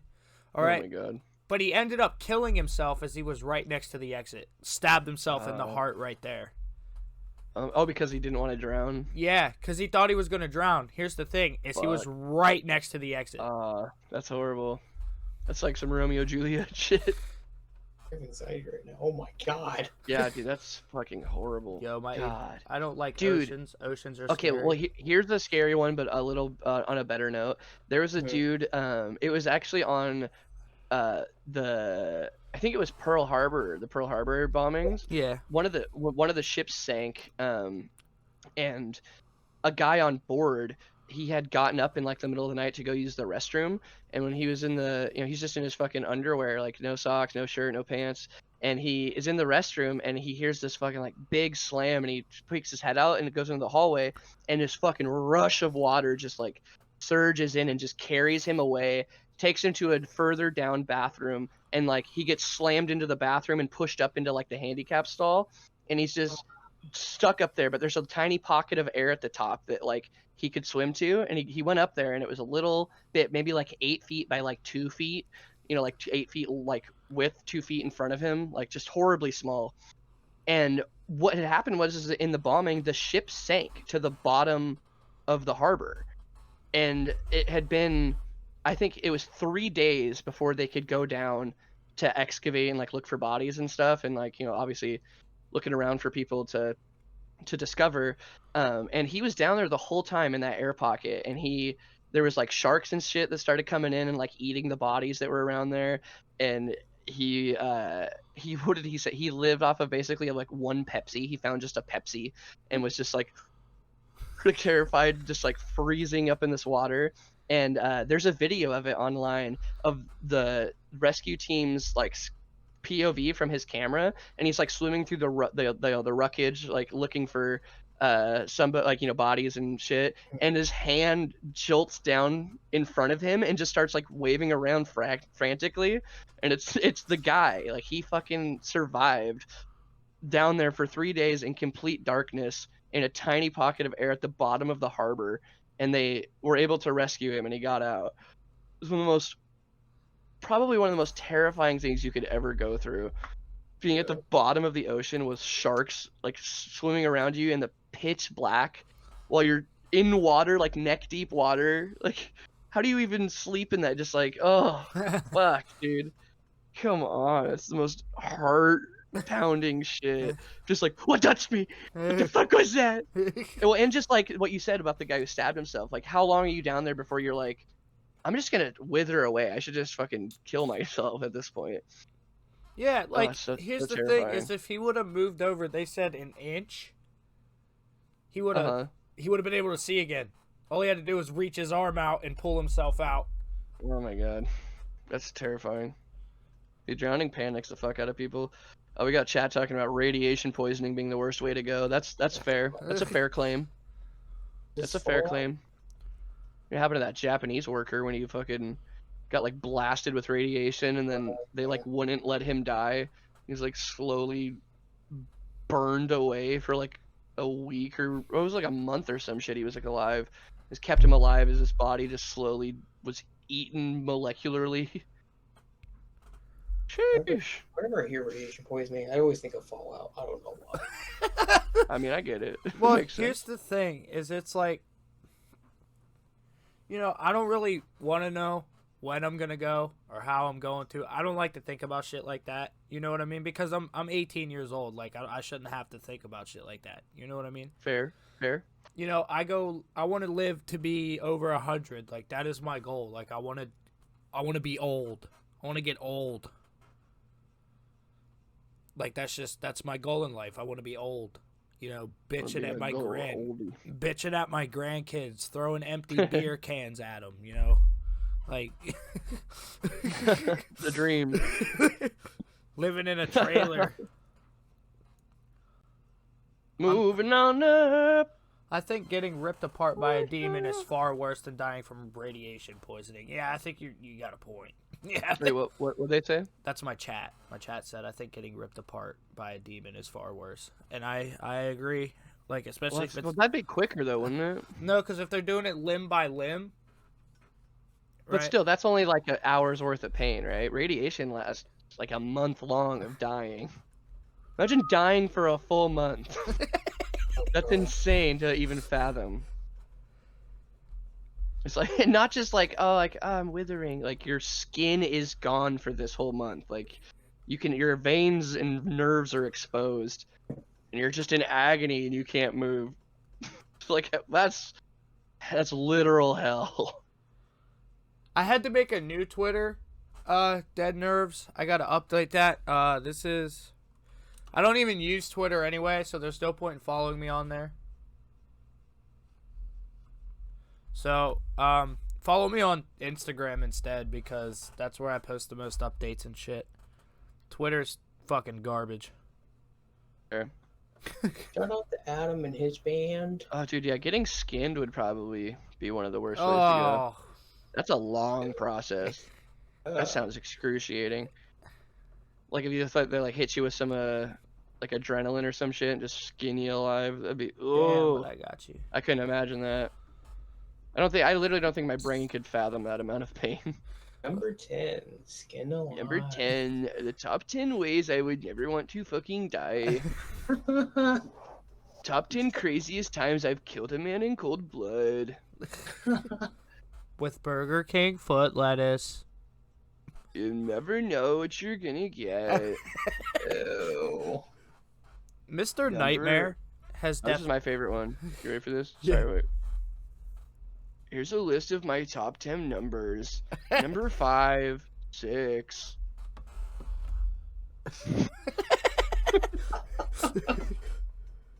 His fifth favorite number is the number 6. Alright, what were you gonna go about, Mr. Nightmare? Yeah, he's alright. I don't like. Yeah, there's a couple decent narrators for sure. Corpse used to be a good one too, but then he went. Yeah, he had a perfect voice for it. He went full Among Us and Machine Gun Kelly. Dude, yeah, life is weird. 1 minute you're fucking writing top 10 scary McDonald's true stories in the drive-thru at night, 3 a.m. And then you're writing a song with MGK. Did you guys know that he rapped? Yeah, his music is horrible. Like, he sounds like an offbeat Ghostmane. Like, if you were to take Ghostmane and put him in Walmart shorts, that would be Corpse. I think he's got a good voice for rap. I think his lyrics are really like not on the personal songs, but like his bigger songs are real corny. Like if you're gonna make anime references, like don't reference like the most basic of like, oh, you notice how Saitama is bald? Chills is good. Have you ever heard the story It Has No Face? I think it's creepypasta, but I don't know. My brother Does he showed go, me. I couldn't believe it. It had no face. It looked at my eyes without its own, and I looked bad. What do you guys think? Is it real? I think it might not be, but what do you think? My brother showed me that when I was 10 years old, and I hardly slept for a month. Ooh. Sounds You guys want to make a song about foot lettuce? You want to? 10 years past the meme. You guys want to fucking let chat write a song about foot lettuce? Have you heard Chill's music? No, I didn't even know he had music. He's you know how we kind of full circle, we talked about it earlier, how if you embrace the meme, the internet will love you. Because he embraced it. He knows that his voice is like silly when he puts it on. And that's a big, I think, reason that he is successful, is because his voice stands out. People always talk about it. And he has a song literally called Number 15. And the chorus is Number 15. Oh my fucking god. It's fucking hilarious. I'm gonna play it. Is it on Spotify? I know it's on YouTube. It's probably on Spotify. Oh god. Number 15. Are you guys ready for this fucking banger? I can't hear it. Fuck.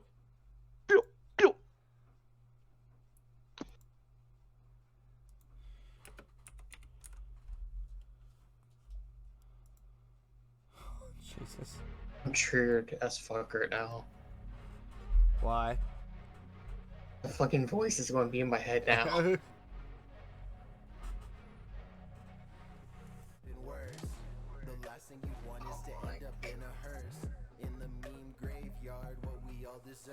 I got the foot I got the foot lettuce.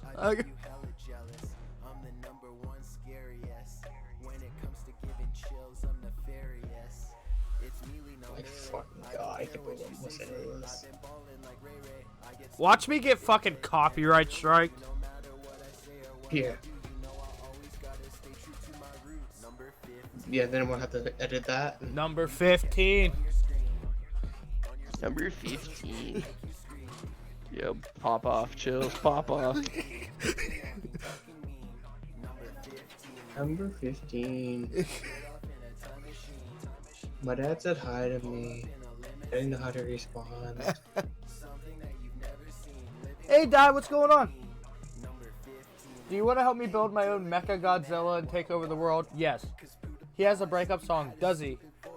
You can get copyrighted for singing in the key of F. Twitch can kiss my balls. Demonetization. Dad, what's going on, brother? How you doing? 15. Nothing much about the fire up the forest and continue killing cannibals. My man!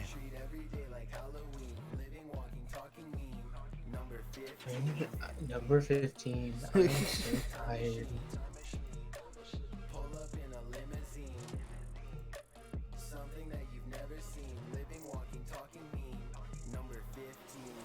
I can't handle it no more. Handle what? Oh, the chill song? Number 15. Working hard, not looking back. And a blackout on a track. Number 15. Hey, thanks for the follow, John. Thrash Monster. And okay, I hope to see you soon.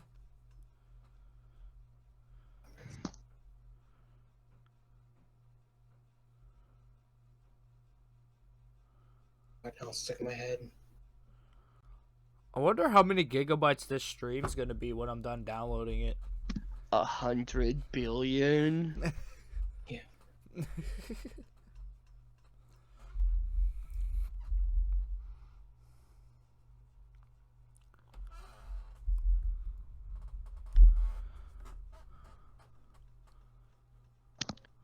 gonna grab a drink really quick. Okay. Number 15. I got a better number. Number 13. Number 15. I forgot he has a wireless.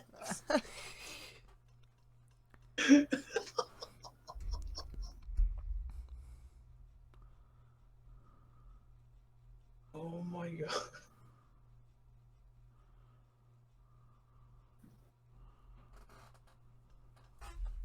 Keep on forgetting that's Is what that it is. Dr. Pepper? Oh, dude, those things are so good! I Oh drink yeah, those. dude, they made big ones now. They just started Make making these big ones? gigantic ones. Make- I fucking make- love these. make- They're make so the big good. boys. Make it the big ones, boys! Make those Make it the big ones and be my boys. Gonna get lost in you These are rock really and roll. Well, if you record through OBS, not too bad, but if you used the NVIDIA software a lot due to quality/bitrate, I download my streams from Twitch. So that's what I do. Give me the beat, boys, and free my soul. I wanna I'm gonna get jump out my window. tossed in a fucking hole and drift away. Yeah. Give He me the wants to- yeet, boys, and free me my the soul. I wanna get shot from a grassy knoll. I'm JFK. Oh my god. What a tragic day.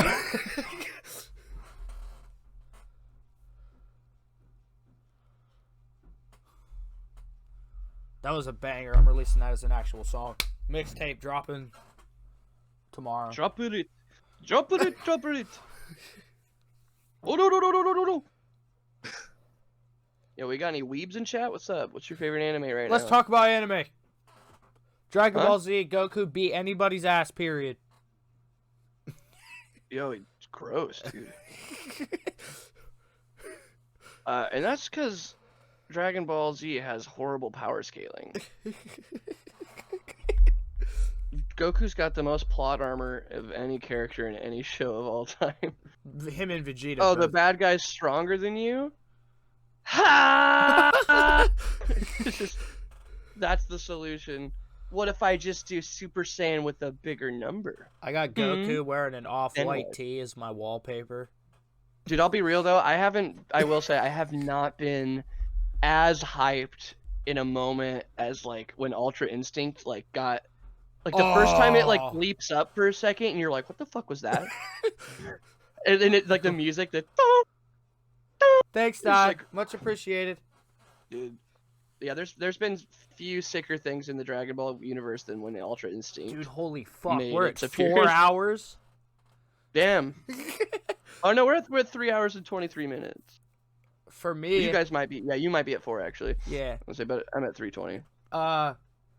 When Ultra Yeah. when Ultra, I think for me when Super Saiyan God and Super Saiyan God Super Saiyan became into the thing, and then when Ultra Instinct hit, that's when I fully splooged. Yeah, yeah. I like even like Super Saiyan 3. I was a little like this is a little silly. And I like GT. Like I enjoyed parts of GT. Super I Saiyan watched that 4 whole was saga. dope. Super There's Saiyan some cool shit. Super Saiyan 4 was very cool. Great design. Really liked that they changed it completely. It wasn't just like more blonde man. And then yeah, I started to fall off. But yeah, dude, Super Saiyan God was really cool. And then that fucking the blue form, like, let's go, dude. This is so cool. I'm here for it again. Well, the thing is I don't know if anybody reads the manga, but Goku is becoming an angel, and Vegeta Oh. is becoming a god of destruction. That makes so much sense. That's really cool, actually. Beerus is retiring. Right? Yeah. How could this not have been a guess? I'm like, that makes immediate sense. Like, I'm like, yeah, of but- course they would. Like, that's why they're training them. Duh. but the thing is that's just lore that's going around right now. But like, I've been reading the manga. Like, there's a new character. His name's like Granola or some shit. Hey, what's up, everyone? I'm just crumbly. My skin falls off. Do you watch GT? Do you remember that little kid Oob? You remember Oob? Of course. Did you know that that's Kid Buu in human form? Mm-hmm. He's in the new series that's coming out too. Okay. So they're that's sick. making him canon, and Broly is also gonna be in the series probably later on. Broly's a fucking beast, bro. Yeah, dude, that Broly movie was fucking badass. I'm Super Gogeta. You verified on YouTube yet? Nah, dude. YouTube hates me. They still haven't sent me my 100,000 subscriber plaque. Send him a picture of your balls. Like, just email it to him. Oh yeah, I'll send him 2 pictures. I'll give him a close up of each nut. I'm not talking because my speech is going slower. Again. But no, like, I tried to get into Naruto. I couldn't do it. One Punch Man was good. I liked One Punch Man. One Punch Man was good. Yeah, One Punch Man's fun. It's a fun take on what I was just talking about the power scaling, like being a problem and things. It's cool to see One Punch Man just take a big old dump on that. Just, what if guy was just too strong? Another anime I really fuck with is the Boondocks. You ever seen the Boondocks with the little? Oh, of course, classic. Boondocks is classic. It's about a little kids that just get their ass whooped by their grandfather, and their grandfather is like a fucking karate master or some shit. Right. Oh yeah, we got chat talking about don't watch Naruto, the pacing's so bad. Yeah, if you didn't watch Naruto growing up, it's so hard to like try to get into that anime because of how much exists, but if you get the Kai version of it, it's way better. Skips all the filler and shit. Was Gundams a cartoon? Yeah, there's a couple different Gundams. Why'd I get a Snickers commercial while eating a Snickers bar? You're not 'Cause subscribed. They're listening. They know, dude. They know what you like. Yeah, isn't One Piece still going on? Yes. That's insane. That's like blowing my mind. I remember watching that as a kid and being like, yeah, it could end right now and I'd get it. I'd be like, this is fine. And then to find out that like 10 years later it's still going on. I'm like, holy shit, what more? How many pirates are there? Well, the thing is they're on book 510 of the fucking manga series. That's a big number. What the fuck? I just Yo, the Booty Warrior episode of Boondocks, that shit was hilarious. I forgot about that guy. Or do you guys remember the what was that kid's name? The little kid that was like, I like doing bad shit with my hood rat shit with my friends. He stole his grandma's car and crashed it into a Walmart like parking lot. He was in a Boondocks episode and they treated him like Michael Myers. Like he was like a horror movie villain. They like pushed him off the building and he disappears. Like it's so funny. Shit's hilarious. I'm gonna have to fucking watch that again. I want to eat the world. Depending on what you mean by that, you could probably end up on a registry. So I wouldn't necessarily say that. You're trying to go to christianministries.com. Gets banned from Christian Mingle for my username being throw that ass in a prayer circle 666. You should go on a Christian Mingle with the username Satan's Almighty Penis. How much you want to bet that's already taken? That'd be funny.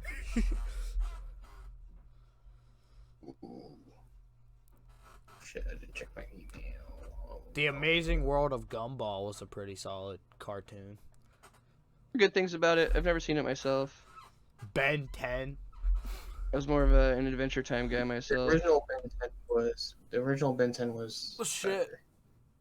Dude, OG Ben 10 was fun. I grew up on Nickelodeon and Disney Channel. Like, I didn't really... I mean, I watched, Adult Swim. Yo, did anyone watch fucking Camp Lazlo? Yes. I think I have. Yes. Okay, dude, Camp Gosh. Lazlo has one of the fucking sickest, like, end of season reveals of any Yes. kid show, dude. Like, it's got to be one of the funniest reveals of like, hold on, wait, what's going on? I'm a kid and I just got mind fucked. Like, are kid shows supposed to do this to you? Has any? Yeah, I want to see it. Like, have you guys seen it? Either of you? Oh, obviously you have. You're fucking my man's eye with the big smile on Camp Lazlo. I'd love to see that. But the ending is so funny. It's so funny. It's such a good joke. My favorite, when I was growing up, dude, I grew up on, like, Fanboy and Chum Chum. Oh god. Like, Drake and Josh, iCarly and stuff. And then, like, Yeah. Rick and Morty's kind of taken over Adult Swim. But I remember when I was a kid, I'd stay up and watch Metalocalypse, Boondocks. Mm-hmm. Metalocalypse was sick. Yeah, like Aqua Teen Hunger Force and shit. Aqua Teen Hunger Force. I love that show. Oh, shit. Robot Chicken had its good moments. Robot Chicken. Yeah, sometimes it had good moments. Oh, sick.